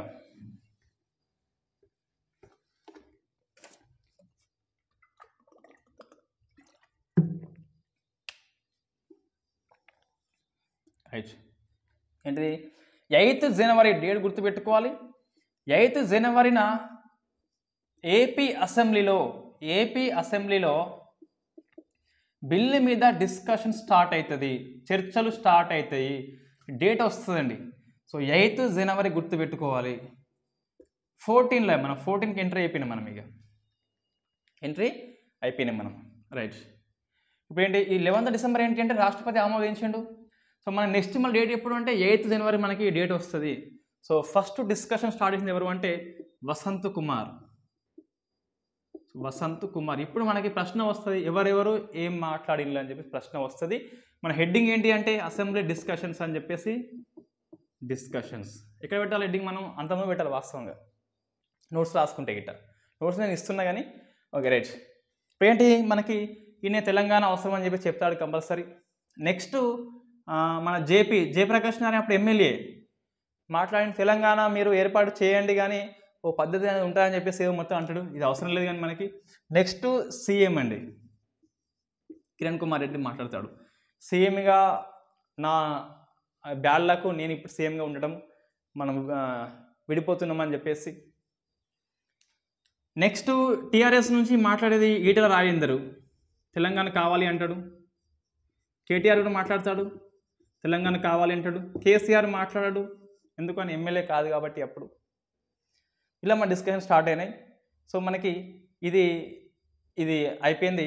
సో నెక్స్ట్ మనకి ఏది 23rd వచ్చిందండి, 23rd వచ్చింది.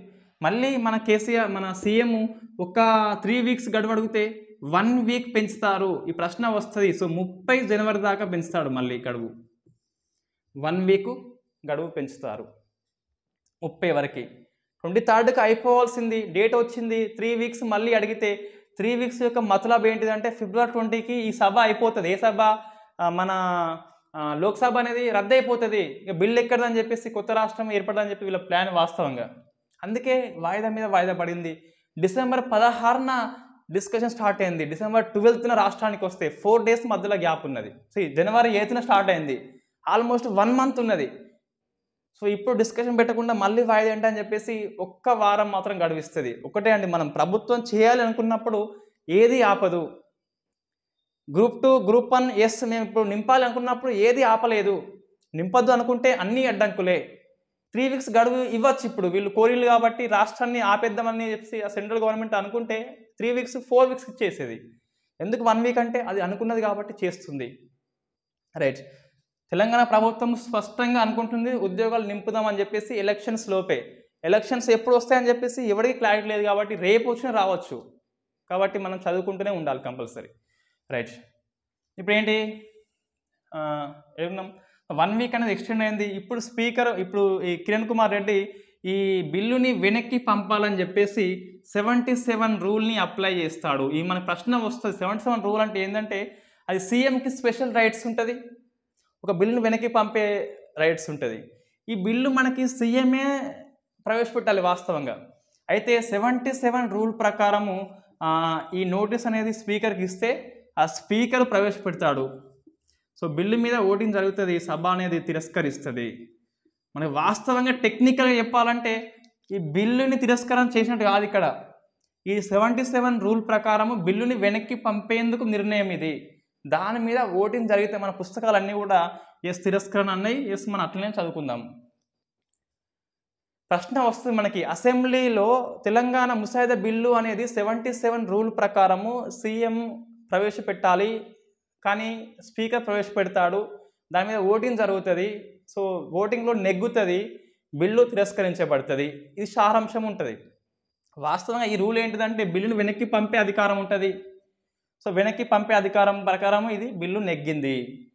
ఇది మనకి మన ప్రాసెస్ ఏంటి అంటే తీర్మానం ఎవరు పెట్టాలి అంటే సీఎం పెట్టాలి. పెట్టింది ఎవరంటే స్పీకర్ పెట్టిండు, ఆగమేఘాల మీద ఆమోదించుకున్నాము. సో 30 జనవరి నుంచి మనకి వెళ్ళిపోయింది. అసెంబ్లీలో మనకు డిస్కషన్స్ ఏమైనాయంటే గుర్తుపెట్టుకోవాలి. సీఎం మాట్లాడిండు. సీఎం ఏం మాట్లాడిండు అంటే ఇట ఇది దురదృష్టం అని చెప్పేసి చెప్పిండు, నేను సీఎంగా ఉన్న కాలంలో జరగడం అని చెప్పేసి. జేబీ మాట్లాడిండు ఏదో మొత్తం మీద, కేటీఆర్ మాట్లాడిండు, ఈటల మాట్లాడిండు. ప్రశ్నలు ఏం రావు, ఎవరేం మాట్లాడని చెప్పేసి పార్లమెంటరీ ప్రశ్నలు వస్తాయి. ఎందుకంటే వాళ్ళు స్పెసిఫిక్గా మాట్లాడిండు, మన వాళ్ళు తెలంగాణ కావాలన్నారు అంతే, ఇంకా ఏది కోరుకోలేదు వాస్తవంగా. రైట్. ఇప్పుడేంటి 30 జనవరి అయిపోయింది, ఇంకా గడువు అయిపోయింది కాబట్టి అంతిమంగా అసెంబ్లీ ఎవరిప్పుడు కార్యదర్శి మళ్ళీ హోంశాఖకి పంపాలి. దీంట్లో పంపే నోటీసులో ఏముంది అంటే మొత్తం మీద 87 ఎమ్మెల్యేస్ మాట్లాడిండ్లు, 9072 సవరణలు ప్రతిపాదించారు. ఎన్ని సవరణలు నాయన? 9072. 10 కాదు, 20 కాదు, 30 కాదు. ఇదే మనకి ఇంకొక కాడ 939 ఉంటుంది. సో మనకి ఇదే కరెక్ట్ అండి, ఇదే మనకి కరెక్ట్.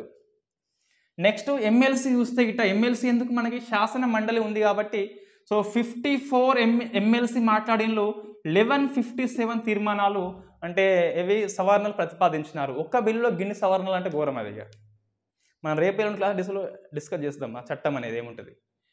సో ఇన్ని మనం డేట్ గుర్తుపెట్టుకోవాలి, నెక్స్ట్ నెంబర్ గుర్తుపెట్టుకోవాలి, ఎమ్మెల్సీ వాళ్ళే గుర్తుపెట్టుకోవాలి అండ్ ఎమ్మెల్యే గుర్తుపెట్టుకోవాల్సి ఉంటుంది. ఇది మనకి అసెంబ్లీలో అయిపోయిందండి. అసెంబ్లీ డేట్స్ ఎవి గుర్తుపెట్టుకోవాలి అంటే 8 జనవరిన ఎవరు వసంత్ కుమార్ ఫస్ట్ డిస్కషన్స్, 23కి అయిపోయింది. మన కిరణ్ కుమార్ రెడ్డి 3 వీక్స్ టైం అడిగితే 1 వీక్ పెంచిండు 30 జనవరి అని చెప్పేసి ఇది గుర్తుపెట్టుకోవాలి. ఇంకొంచెం మీకు ఇబ్బంది కాదు అనుకుంటే గిట్ట సో అసెంబ్లీకి వచ్చిన బిల్లు అనేది 13 నాడు అనౌన్స్మెంట్ చేస్తే 16 నాడు డిస్కషన్ స్టార్ట్ అవుతాయి మనకి, అది గుర్తుపెట్టుకోవాలి. సో డిస్కషన్ స్టార్ట్ అంటే స్టార్ట్ ఏం కావు వాస్తవంగా, కానీ స్టార్ట్ చేయమని చెప్తాడు, శ్రీధర్ బాబు రాజీనామా చేస్తాడు, అదంతా మనం గుర్తుపెట్టుకోవాలి. రైట్. ఇప్పుడు ఏమైంది, హోంశాఖకి వెళ్ళింది కదా, ఎప్పుడు 30 జనవరిన వేయింది. సో మనకి అంతిమంగా ఫిబ్రవరి 7న సో 7th ఫిబ్రవరిన దీన్ని క్యాబినెట్ ఆమోదిస్తుంది. సో మనకి ఏమున్నది ఇక్కడ 3 అక్టోబర్ ఆమోదించింది, 5 డిసెంబర్ ఆమోదించింది, 7 ఫిబ్రవరి ఆమోదించింది. ఇది ఎప్పుడు అంటే ఇది అసెంబ్లీ నుంచి వచ్చినాక ఆమోదించింది, పార్లమెంట్లో ప్రవేశపెట్టే ముందు ఆమోదించింది. ఇది ఎప్పుడు అంటే గ్రూప్ ఆఫ్ మినిస్టర్స్ ఇచ్చినాక ఆమోదించింది. ఇదేమో హోంశాఖ నోటు మీద స్టార్టింగ్లో ఆమోదించింది సెంట్రల్ క్యాబినెట్ అని చెప్పేసి మనం ఇట్లా గుర్తుపెట్టుకోవాలి, ఆర్డర్ రాసుకోవాల్సి ఉంటుంది. రైట్. నెక్స్ట్ ఏంటి అంటే వాస్తవంగా 7th ఫిబ్రవరి అయిపోయింది కదా. సో 9th ఫిబ్రవరిన రాష్ట్రపతి ఆమోదిస్తాడు, అంటే సైన్ చేస్తాడు. దీన్ని ఏమంటాం, ప్రియర్ రికమెండేషన్తోనే పార్లమెంట్లో బిల్లు పెట్టాలి కాబట్టి 9th డిసెంబర్లో. ఇక్కడ ఏమైంది, 5th డిసెంబర్న ఆమోదించినాక 6th ఆమోదించింది. ఇక్కడ వెరీ నెక్స్ట్ డే ఇక్కడ ఒకరోజు గ్యాప్ వచ్చింది అంతే. అట్లా మనం ఈజీగా గుర్తుపెట్టుకోవచ్చు. ఒక 1 వీక్ అయినాక మళ్ళీ చూస్తే గుర్తుంటుంది, 1 వీక్ అయినాక మళ్ళీ గుర్తుంటుంది. ఒక 1 మంత్ చూస్తే అయిపోద్ది, ఇంకో 2 మంత్స్కి ఒకసారి 3 మంత్స్కి ఒకసారి చూస్తే ఎస్ మనకి అప్పటికల్లా ఎగ్జామ్ వస్తుంది కాబట్టి ఇబ్బంది ఏం లేదు. రైట్, ఇప్పుడేంటి అంటే మనకి ఈ పార్లమెంట్కి వెళ్తుంది. సో హోంశాఖ మంత్రి 13 తారీఖు నాడు లోక్సభలో ప్రవేశపెడతాడు.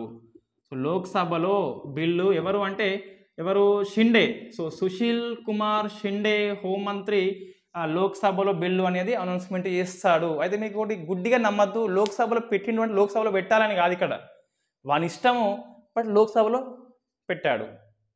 ఇది చూస్తే మనకు కొంతమంది బుక్స్ రాసినారు, సో బిల్లు లోక్సభలో పెట్టాలి అని. అట్లేం లేదు, ఏ సభలో అయినా ఐదర్ హౌస్ అని చెప్పేసి ఆర్టికల్ నెంబర్ 3లో స్పెషల్గా మెన్షన్ చేస్తాడు.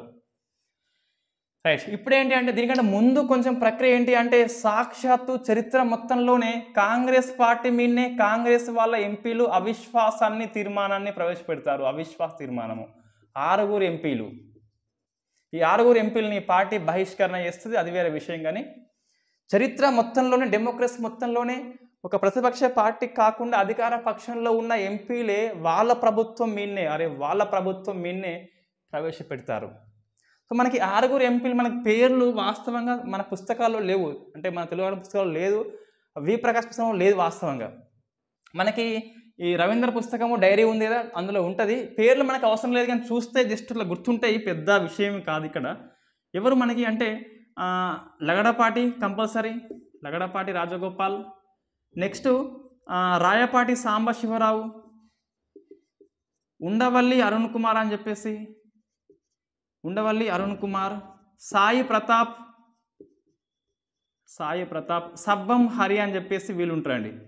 సో సబ్బం హరి అని చెప్పేసి వీళ్ళని పార్టీ బహిష్కరణ చేస్తుంది. పేర్లు మనకి పర్టికులర్గా నో నీడ్, అవసరం లేదు, కంపల్సరీ చెప్పొచ్చు, అది అవసరం లేదని చెప్పేసి. రైట్, ఇప్పుడు 6 సస్పెండ్ అయిపోయిన పార్టీ నుంచి 13న పెడితే ఈ 13 నాడు మన ఎవరు లగడపాటి పెప్పర్ స్ప్రే కొడతాడు అండి. అరే పార్లమెంటు ఉన్నది, నువ్వు ఏం పని చేస్తున్నావు, ఒక ఎంపీ వై ఉండి సో పెప్పర్ స్ప్రే కొడతాడు. మనకి ఇది వాస్తవం, ఇటువంటి పని చేయవద్దు. సో మార్షల్స్ వచ్చి బయటకు పంపిస్తారు, అక్కడ చాలామందికి అస్వస్థతగా గురి అవుతారు. పొన్నం ప్రభాకర్కి అయితే మొత్తం తల దింపి మెదడు మొత్తం ఏదో అవుతుంది అతనికి, కరీంనగర్ తీసుకొస్తారు అసెంబ్లీ. రైట్, ఇది ఆ ప్రభాకర్కి కొంచెం, సో పొన్నం ప్రభాకర్కి ఇబ్బంది అవుతుంది. ఆ పాయింట్ రాసుకోండి, అంత అవసరం లేదు, కానీ నేను రాలే నోట్స్లో. కానీ రైట్, లగడపాటి అని చెప్పేసి అది ఉంటుంది మనకి. అంతిమంగా 18 ఫిబ్రవరిన అయితే ఇక్కడ ఈ సంఘటన కారణంగా ఒక 16 మందిని సస్పెండ్ చేస్తారండి. ఇక్కడ నుంచి మిగతా సెషన్ మొత్తానికి సస్పెండ్ చేస్తారు. పార్లమెంట్ సెషన్ జరుగుతున్నాయి కాబట్టి. సో మనకి వాస్తవంగా జరిగేది ఏంటంటే ఫిబ్రవరి 21కి ఈ లోక్సభ పదవి కాలం అయిపోతుంది, దగ్గరనే ఉన్నది, బాగా మనకి దగ్గరికి వచ్చింది. మనం 18 ఇంకా 3 రోజులే ఉన్నది కాబట్టి ఇట్లా చేస్తారు పని. ఇవన్నీ ఒక 3 రోజులు బిల్లును ఆపడితే కానీ రాష్ట్రం అనేది ఆగిపోతుంది. రైట్, 18 ఫిబ్రవరిన లోక్సభ ఆమోదిస్తుంది. లోక్సభలో మన చిన్నమ్మ ఫేమస్ గుర్తుపెట్టుకోవాలి, సుష్మా స్వరాజ్. సో ఈమె సంపూర్ణంగా ఆమోదం చెప్తుంది. ఇన్ఫ్యాక్ట్ ఈ టైంలో లోక్సభ ఎంపీ అద్వానీ రాడండి. ఎందుకో రాడు అంటే తెలంగాణ ఏర్పాటు ఇష్టం లేదని చెప్పేసి అతనికి మన పేపర్లో వస్తుంది. జరిగింది ఏంటని చెప్పి సుష్మా నెక్స్ట్ మనకి చెప్తే మీటింగ్లలో ఆ రోజు ఈ పార్లమెంటరీ యొక్క సంఘటన చూసి మనస్తాపం చెంది పార్లమెంటు గింత స్థాయికి దిగజారిందని చెప్పేసి అద్వానీ బాధపడి రాడట. సో మనకి అప్పుడున్న వాస్తవంగా టాక్ ఏంటి అంటే ఈ అద్వానికి కానీ బీజేపీ కానీ రాష్ట్రం ఇష్టం లేదు, ఎందుకంటే కాంగ్రెస్ ఇస్తుంది, మేమే వచ్చినాక ఇద్దామని చెప్పేసి అనుకుంటారు వాళ్ళు వాస్తవంగా. సో వీళ్ళందరినీ ఎదురించి సుష్మా స్వరాజ్ అనే అమ్మాయి, సో అమ్మ తెలంగాణ సపోర్ట్ చేసింది. మళ్ళీ నెక్స్ట్ రాజ్యసభలో కూడా ఫోర్స్ చేసింది అరుణ్ జైట్లీని ఆమోదింప చేసేలా. ఎస్, ఇది వాస్తవం. ఎందుకంటే మన పొన్నం ప్రభాకర్ ఒక ఇంటర్వ్యూ చెప్తాడు, ఈయన కాంగ్రెస్ వ్యక్తి, అతను ఈ బీజేపీ ఈ తర్వాత కేసీఆర్ అందరూ సుష్మా వాళ్ళ ఇంటికి వెళ్ళినప్పుడు ఎట్టి పరిస్థితుల్లో నేను వెనక్కి వెళ్ళను అని చెప్పేసి మాట ఇచ్చిందట. ఈ ఒక్కరోజు ఈ 18 నాడు పొద్దుగాల మన జగన్మోహన్ రెడ్డి సుష్మా వాళ్ళ ఇంటికి వెళ్తాడండి. వెళ్ళి మీరు లోక్సభలో సపోర్ట్ చేయొద్దని చెప్తే నేను సపోర్ట్ చేస్తా అంటే, తెలంగాణకి ప్రతినిధిగా మాట్లాడుతున్నావు నువ్వు అని చెప్పేసి నువ్వు అనే మాట సుష్మా మీద మన జగన్మోహన్ రెడ్డి మర్యాద లేకుండా ప్రయోగిస్తాడు. అప్పుడు ఆమె అసలు తెలంగాణ వాదిని అని చెప్పేసి గట్టిగా చెప్తుంది, ఈడిచి గట్టిగా తంతుంది వాళ్ళు. సో అంటే ఇంకా ట్రై చేస్తున్నారు ఆంధ్ర వాళ్ళు. ఆంధ్రలో చివరి వారి కుట్రలు అని చెప్పేసి మనం దీన్ని పిలుస్తాం, చివరి కుట్రలు ఇక మ్యాక్సిమం ఆపుకోవాలని చెప్పేసి. రైట్, ఇట్లా మనకి జరుగుతుందండి గ్యారంటీ. సో 18 ఫిబ్రవరిన లోక్సభలో ఆమోదిస్తూ తెలంగాణ యాసలో ప్రసంగిస్తుంది సుష్మా స్వరాజ్. మేము సపోర్ట్ చేస్తున్న నా చిన్నమ్మ, మీకు సోనియమ్మ పెద్దమ్మ అయితే నేను చిన్నమ్మని యాది పెట్టుకో అంటది. ఆమె అన్ఫార్చునేట్లీ మరణిస్తుంది, వెరీ బ్యాడ్ లక్. సో అప్పుడు మన కేటీఆర్ సారు ట్వీట్ చేస్తాడు, ఏమని అంటే చిన్నమ్మ మిమ్మల్ని మేము మర్చిపోము ఎప్పటికీ అని చెప్పేసి, మీ యొక్క సపోర్ట్ వల్ల తెలంగాణ వచ్చిందని చెప్పేసి. ఇట్స్ ట్రూ, 100% వాస్తవం. ఆమె కనుక లేకుంటే, బీజేపీ సపోర్ట్ చేయకుంటే తెలంగాణ రాకపోయేది ఈరోజు. ఎందుకు 21 ఫిబ్రవరికి ఆ సభ రద్దయిపోతుంది. నెక్స్ట్ వచ్చినాక మరి ఏమవును, గ్యాప్ ఇస్తే అయిపోద్ది. ఇంకా సందులో దూరుతారు చాలామంది ఆంధ్ర వాళ్ళు. కాబట్టి ఎస్, ఆమె వల్ల తెలంగాణ మనకి వచ్చింది. అందుకే బీజేపీ పార్టీ పాత్ర అనేది చాలా అమోఘం ఇక్కడ. సుష్మా అంటే బీజేపీనే, సో ఆమె వల్ల సపోర్టు బీజేపీ చేయవచ్చు, కానీ సో బీజేపీ లేకుంటే తెలంగాణ ఏర్పాటు కాకపోయేది. లోక్సభ మనకి అయిపోయింది. సో మనకి లోక్సభ స్పీకరు ఎవరప్పుడు మీరా కుమార్ మేడం. ఈమె ఏమంటుందంటే లాస్ట్ లోక్సభలో బిల్లు ఆమోదించబడింది 35 సవరణలతోని, 35 సవరణలు ప్రపోజ్ చేసినారు ఆ డ్రాఫ్ట్ బిల్లుకి. ఇది మనకి లోక్సభలో ఇష్యూ అండి. లోక్సభలో ఎవ్వరు ఏం మాట్లాడలేదు, పేర్లు వచ్చిన ఎక్కడైనా ఏం రాలేదు. గుర్తుపెట్టుకోండి, లగడపాటి ఇష్యూ ఒకటి, సుష్మా ఆమోదించింది ఒకటి, షిండే బిల్లుని పెట్టిండు ఒకటి. నెక్స్ట్ ఏంటి అంటే ఇక్కడ ఏంటి, సో 13లో ప్రవేశపెడితే 18 ఫిబ్రవరిన ఆమోదించబడింది. డేట్స్ అవి. నెక్స్ట్ బిల్లు అనేది రాజ్యసభకి వచ్చిందని చెప్పేసి సెక్రటరీ జనరల్ మాట్లాడిండు. రాజ్యసభ ఎవరు ఉంటారు, సెక్రటరీ జనరల్కి పోతే ఫస్ట్ బిల్లు అయితే, స్పీకర్కి పోదు first. So Rajya Sabha secretary general చెప్పిండు బిల్లు వచ్చిందని చెప్పేసి. 20 ఫిబ్రవరి వచ్చింది, తెల్లారితే సభ రద్దవుతుంది. సభ రద్దవుతే తెల్లారితే 2 సభలు ఆమోదిస్తే బిల్లు విషయంలో బిల్లు కొలాప్స్ కాదు, బిల్లు ఎప్పటికీ సజీవంగా ఉంటుంది. 2 సభలు ఆమోదించాలి. తెల్లారితే ఇంకా కేసీఆర్ అనేది రాత్రి నిద్రపోలేదట. మన వి ప్రకాష్ సార్ రాస్తాడు, అతిశయోక్తి మొత్తం ఏమో కానీ కళ్ళల్లో ఒత్తులేసుకుని మొత్తం తెల్లారి ఎప్పుడైతే అని చెప్పేసి వాళ్ళు చూసినట్టు. ఎవరు, వినోద్ కుమార్ కానీ ఎంపీ, మాజీ ఎంపీ. ఈయన యొక్క ప్రసంగాలు ఎప్పుడైనా వచ్చినప్పుడు చదవండి కంపల్సరీ. వినోద్ కుమార్ యొక్క సారి ఆయన మంచి నాలెడ్జ్ ఉన్న వ్యక్తి, వాస్తవంగా మనకు నమస్తే తెలంగాణ అప్పుడప్పుడు రాస్తారు. అవి వచ్చినప్పుడు ఓల్డ్ వ్యాసాలు ఉంటే చదవండి. ఆయనది కానీ, హరగోపాల్ సార్ కానీ, మన ఎవరిది జేపీ వాళ్ళు కానీ, వీళ్ళు వచ్చినప్పుడు చదవాలి కంపల్సరీ మనం. Right, okay. ఇప్పుడు ఏంటి అంటే 20 ఫిబ్రవరి రాజ్యసభకు వస్తుందిగా. ఇక్కడ కొద్దిగా ఇష్యూ ఏంటి అంటే, సో బీజేపీ అరుణ్ జైట్లీ ఉంటాడుగా, అతను మనస్ఫూర్తిగా సపోర్ట్ చేయడండి. చేయకుంటే వీళ్ళ ఎంపీ కిషన్ రెడ్డి సో దీక్ష చేస్తాడు, ఒకరోజు ముందు చేస్తాడు దీక్ష జంతర్ మంతర్ దగ్గర. ఎందుకు అంటే బీజేపీ కొద్దిగా అటు ఇటు చేస్తుంది. సో వాళ్ళ ఎంపీ ఎవరు, వెంకయ్య నాయుడు అప్పుడు ఈ ప్రసంగం చేస్తూ 38 సవరణలు ప్రతిపాదిస్తాడు. 38 నెంబర్ గుర్తుపెట్టుకోవాలి. ఈ సవరణ వల్ల ప్రాబ్లం ఏంటి అంటే, లోక్సభలో బిల్లు అనేది ఏమైంది, ఇప్పుడు ఆమోదించింది. రాజ్యసభలో గిట్ట సవరణ ప్రతిపాదిస్తే మళ్ళీ వెనక్కి వచ్చి మళ్ళీ లోక్సభ కూడా ఆమోదించాల్సి ఉంటుంది సవరణలని, లేకుంటే ఉభయ సభల మీటింగ్ ఉంటుంది. సో మనకి కొంచెం ఇబ్బంది. కాబట్టి అంటే సభ రద్దయినా కూడా ఉభయ సభల మీటింగ్ పెట్టుకోవచ్చు. ఎందుకంటే రెండు బిల్లులు ఆమోదించినాయి కాబట్టి పెద్ద విషయం కాదు. కానీ అది మొత్తం మీద బిల్లు ఆగేందు ఛాన్స్ ఎక్కువ ఉంటుంది. కాబట్టి సో దీక్ష చేస్తే ఈ సవరణలు అనేవి వెనక్కి తీసుకున్నాడు. సో అరుణ్ జైట్లీ కూడా సపోర్ట్ చేస్తాడు, బిల్లుకి సపోర్ట్ చేస్తాడు. ఒకరోజు ముందు 19 ఫిబ్రవరిన మన కిరణ్ కుమార్ రాజీనామా చేస్తాడు. రాష్ట్రపతి పరిపాలన తెలంగాణ అంటే ఏపీలో విధించబడుతుంది. ఒకరోజు ముందే మనకి రాజీనామా చేస్తాడు కిరణ్ కుమార్ రెడ్డి. సో అంతిమంగా అప్పుడు deputy speaker deputy chairman PJ Kurien so bill is passed అని చెప్పేసి అంటారు. సో చప్పట్లు మోగుతాయి, తెలంగాణ వచ్చింది అంతిమంగా. రాష్ట్రపతి ఆమోదించాలి, జస్ట్ అది లాంఛనం అనే ప్రక్రియనే. సో మనకి కొద్దిగా ముందు చూస్తే ఇక్కడ సిపిఎం కొంచెం కిరికిరి చేస్తుంది మళ్ళీ. ఇవన్నీ ఎందుకంటే రేపే మనకి లాస్ట్ డేట్ కాబట్టి సో వీళ్ళు కిరికిరి చేసే ప్రయత్నం చేస్తారు. సిపిఎంలో మనకి సీతారాం ఏచూరి వాస్తవంగా మంచి వ్యక్తి. ఎందుకు ఆయన ఇంటర్వ్యూ చూస్తే మంచి అనిపిస్తుంది, కానీ సో ఆయన బుద్ధి చూస్తేనేమో తెలంగాణ విషయంలో కొంచెం కోపం వస్తుంది మళ్ళీ. సో ఈయన ఏమంటాడు అంటే, కమ్యూనిస్టు గురించి చెప్పమంటే గిట్ట విప్లవం వస్తే 7th డేట్న రావాలి, 6th వస్తే బాగా ముందు వచ్చినట్టట, 8th వస్తే బాగా ఆలస్యంగా వచ్చినట్టట. మీకు ఏమర్థమైందో మొత్తం మీద కానీ, విప్లవం వస్తే 7th నాడే రావాలి, 6th నాడు వస్తే బాగా ముందు వచ్చినట్టు, 8th వస్తే బాగా ఆలస్యంగా వచ్చినట్టు. రైట్. ఇతను ఏమంటాడు అంటే బిల్లు మీద మన లోక్సభలో సో మనకి మూజువాణి ఓటు అంటాము. సో మూజువాణి ఓట్లు వాయిస్ ఓటు ద్వారా బిల్లు నెగ్గిందండి. వాయిస్ ఓటు అంటే ఏంటిదంటే సో నెక్స్ట్ మనకి అందరూ ఆ స్టాండింగ్ ఉంటారు. సో నోస్ అండ్ ఐస్ అంటాం, ఎస్ కాదు ఐస్ అని చెప్పేసి పిలుస్తాం. సో ఏది ఎక్కువ వినిపిస్తే స్పీకర్కి అది నెగ్గినట్టు బిల్లు. సో నోస్ అరవండి, నోస్ అంటారు, ఐస్ అరవండి, ఐస్ అంటారు. సో ఐస్ ఎక్కువ సౌండ్ వచ్చింది, బిల్లు నెగ్గింది అని చెప్పేసి అంటారు. ఓటింగ్ లేకుండా voice vote ayes and noes అని చెప్పేసి పిలిస్తే ఇద్దరు ఒకేసారి అరుస్తారు. ఏ సౌండ్ ఎక్కువ వినిపిస్తే ఆ కామెడీగా అది గెలిచినట్టు. సో ఈ ఓటింగ్ మెథడ్ అనేది ప్రజాస్వామ్యాన్ని ప్రతిబింబించుదని చెప్పాలి. సో స్పీకర్ ఇష్టము, స్పీకరు నోస్ ఎక్కువ వచ్చినా కూడా ఐస్ ఎక్కువ వచ్చిందని చెప్పి చెప్తే మనకు రైతు బిల్ అప్పుడు ఇప్పుడు వాపస్ తీసుకున్నది థ్యాంక్ఫుల్ టు మోడీ, కానీ మొత్తం మీద వెనక్కి తగ్గిండు అక్కడ విషయం ఉంది కాబట్టి. Right, okay. అప్పుడు వాస్తవంగా ఈ వాయిస్ ఓటుని ఛాలెంజ్ చేస్తూ ఎవరైనా డివిజన్ ఓటుకి పట్టుబడితే, ఒక ఎంపీ పట్టుబడ్డా కూడా ఓటింగ్ అనేది కండక్ట్ చేయాలి.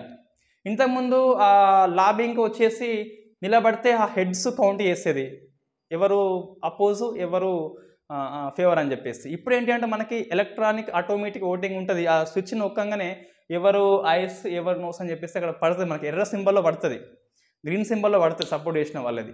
ఇప్పుడు ఇది ఫాలో అవుతున్నారు. సో మనకి బెస్ట్ ఓటింగ్ అంటే మనకి డివిజన్ ఓటింగ్ అండి. టైం పడుతుంది, బట్ ఇది మంచి ఓటింగు. వాయిస్ ఓట్ అనేది ఏంటంటే పెద్ద ఇది అబద్ధం, వాస్తవం వాయిస్ ఓట్ అనేది ఎక్కువ బిల్లు మనకి అంటే వాయిస్ ఓట్ ద్వారానే వస్తుంది. రైట్. ఈయన సిపిఎం ఏమంటాడు అంటే సమైక్యాంధ్ర అంటూనే నాకు డివిజన్ ఓటింగ్ కావాలి అంటాడు. మొత్తం మీద ఇది స్పీకర్ తీసుకోలేదు, నేను చెప్తున్నా గవర్నమెంట్ చేయాలి అనుకుంటే నువ్వు ఎన్ని చేసినా చేస్తుంది. ఏ సవరణ అడ్డం రాదు, ఏ జోనల్ సిస్టమ్ అడ్డం రాదు. నోటిఫికేషన్లు వేద్దాం అనుకుంటే వేద్దాం అనుకుంటే ఇంకా నువ్వు ఏది అడ్డం రాదు. ఫస్ట్ అయితే వేస్తే తర్వాత అడ్డం వస్తే చూసుకుంటుంది. నేను వేయద్దు అనుకుంటే సర్వం క్లియర్గా ఉన్నా కూడా ఏది అది. రైట్. ఇప్పుడు ఏంటి అంటే మన ప్రశ్న వస్తుంది, డివిజన్ ఓటింగ్కి ఎవరు పట్టుబడినారు అంటే ఇన్ఫ్యాక్ట్ సీతారాం ఏచూరి అని చెప్పేసి చెప్పొచ్చు మనం. డివిజన్ ఓట్ అంటే ఏంటిది నేను చెప్తున్నాగా. సో ఓటింగ్ అనేది డివిజన్ చేస్తుంది, ఎవరు ఎగ్జాక్ట్గా ఎస్ ఎవరు నో అని చెప్పేసి. ఇప్పుడు ఎలక్ట్రానిక్ ఆటోమేటిక్ మనకు మిషన్స్ ఉన్నాయి. రైట్. సో మనకి డివిజన్ ఓటు చేపట్టలేదని చెప్పాలి.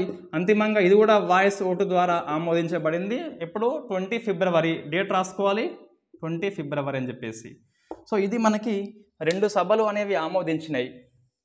ఈ లాస్ట్ నాడు ఆ పిఎం మనకి మన్మోహన్ సింగ్ ఏపీకి ఒక 6 హామీలు ఇస్తాడు. ఓన్లీ ఆంధ్రాకి కాదు, ఉమ్మడి ఏపీకి 6 ఇస్తాడు, ఓన్లీ ఆంధ్రాకి 4 ఇస్తాడు. అదేంటి అంటే ఒక 5 ఇయర్స్ పాటు 5 ఏళ్ల పాటు ఆంధ్రాకి అంటే ఏపీకి, సో ఉమ్మడి ఏపీ కాదు ఆ ఏపీకి ప్రత్యేక హోదా ఒక 5 ఏళ్ల పాటు ఇవ్వాలి. ముఖ్యంగా చూస్తే రాయలసీమలో ఒక 4 జిల్లాలు, శ్రీకాకుళము, విజయనగరం, విశాఖ లాంటి ఒక 3 జిల్లాలు, ఉత్తరాంధ్రలో 3 జిల్లాలు అని చెప్పేసి చెప్తాడు. ప్రత్యేక హోదా అది. సెకండ్ది ప్రత్యేక ప్యాకేజీ కూడా ఇస్తామట. సో హోదా ప్యాకేజ్ రెండు ఇవ్వలేదు లాస్ట్కి అయితే. సరే, మొత్తం మీద లాస్ట్కు ఏదో డబ్బులు కొన్ని ఇచ్చిండ్రు ప్యాకేజ్ రూపంలో, ఏదో ఉడతా భక్తికి ఇచ్చిండ్రు. ఈ హామీ ఇచ్చింది ఎవరు అంటే 2 ఇచ్చిండ్రు, మన్మోహన్ సింగ్ అండ్ బీజేపీ ఇచ్చింది. ఇదే హామీ మేము సపోర్ట్ చేస్తాం, మేము గెలిస్తే ఇస్తామని చెప్పేసి చెప్పిండు. అరుణ్ జైట్లీ స్పష్టంగా చెప్పినాడు, మేము గెలిస్తే మేము ఇస్తామని చెప్పేసి. రైట్. ప్యాకేజీ మళ్ళీ సేమ్ రాయలసీమ 4 జిల్లాలు, ఉత్తరాంధ్రలో 3 జిల్లాలు అని చెప్పేసి స్పెషల్ ప్యాకేజీ. ఈ ప్యాకేజ్ ఎట్లా ఉంటుందంటే ఈ మధ్యప్రదేశ్లోని ఇట్లా ఉంటుంది బుందెల్ఖండ్ అని చెప్పేసి, ఆ బుందెల్ఖండ్కి ఇచ్చినటువంటి ఉంటుంది. లేకుంటే ఒడిశాలో సో కోరాపూర్ అని చెప్పేసి ఉంటుంది, కోరాపూర్. కలిహండికి ఎట్లా ఇచ్చినావో అట్లా ఇస్తామని చెప్పేసి ఉంటుంది. సో ఎంపీలో బుందెల్ఖండ్కి ఇచ్చినమాట, ఒడిశాలో కోరాపూర్ అని చెప్పేసి, కాలహండి అని చెప్పేసి ఉంటుంది. సో అట్లా ఇస్తామని చెప్పేసి చెప్తాడు. నెక్స్ట్ ఈ పోలవరానికి జాతీయ హోదా, మళ్ళీ పోలవరంకి జాతీయ హోదా. నెక్స్ట్ 4వది 2014 ఉన్నదే ఇయర్, ఎలక్షన్స్ అయిపోతాయి 14లో, ప్రభుత్వం వస్తుంది. ఈ 14-15 బడ్జెట్లో ద్రవ్య లోటు వస్తే, ఫిజికల్ లోటు గిట్ట వస్తే ఇట ఆ లోటుని సెంట్రల్ గవర్నమెంటే భరిస్తుంది అని చెప్పేసి చెప్తారు. అంటే రాజధాని ఏర్పాటు కూడా కొంచెం చేస్తామని చెప్తారు. నెక్స్ట్ 5వది 6వది ఇది ఏపీకేం కాదు, వాస్తవంగా ఇరు ప్రాంతాలలో పారిశ్రామిక అభివృద్ధికి కృషి చేస్తామని చెప్పేసి లాస్ట్కు ఆస్తుల పంపిణీ, ఉద్యోగాల పంపిణీ అన్నీ చేసి అపాయింట్మెంట్ డే ఇస్తామని చెప్పేసి ఉంటుంది. దీని ప్రకారము మార్చి 4న అపాయింట్మెంట్ డే అని చెప్పేసి ఎప్పటి నుంచి అమల్లోకి వస్తుందని చెప్పేసి అనౌన్స్మెంట్ చేస్తుంది. 2 జూన్ నుంచి అపాయింట్మెంట్ డే అనేది అమల్లోకి వస్తుంది, తెలంగాణ అనేది ఏర్పాటు అవుతుంది. అంతకుముందు చూస్తే 1 మార్చిన రాష్ట్రపతి సైన్ చేస్తాడు. సో రాష్ట్రపతి సైన్ చేస్తాడు ఈ చట్టం మీద. చట్టం ఏంటిది మనకంటే ఏపీ పునర్వ్యవస్థీకరణ బిల్లు 2013, చట్టం చూస్తే ఇట 2014 అని చెప్పేసి మనం గుర్తుపెట్టుకోవాలి. చట్టం సెక్షన్స్ ఏంటి, అధ్యాయాలు ఏంటి, అవన్నీ మనం తర్వాత డిస్కస్ చేద్దాం వేరే క్లాసులో, అంతా అయిపోయినాక. రైట్, ఇది మీరు చదువుకోండి. ఏంటి చట్టం నేను చెప్తా కానీ నెక్స్ట్ తెలంగాణ రాష్ట్రంలో ఎన్నికలు అని చెప్పేసి ఉంటుంది. 2014 ఎన్నికల్లో టీఆర్ఎస్ పార్టీ విజయం సిలబస్లో ఉన్నది మనకి. తొలి మంత్రివర్గం అని చెప్పేసి అక్కడికి స్టాప్ చేయండి. 2వ మంత్రివర్గము, 3వ మంత్రివర్గము ఇవన్నీ మనకు అవసరం లేదు, రావు కూడా.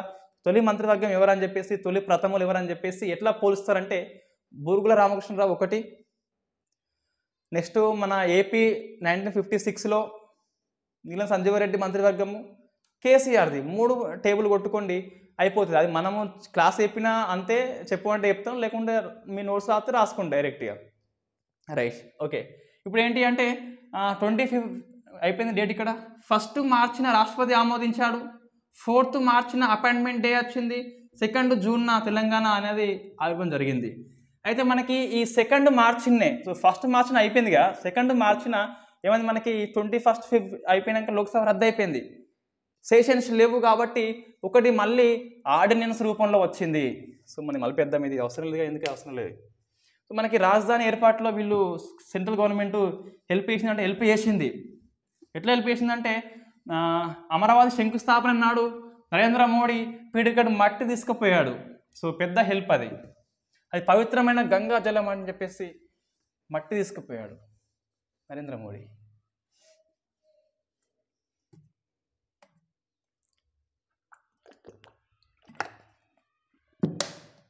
రైట్, ఇప్పుడు ఏంటి అంటే ఏంటిది,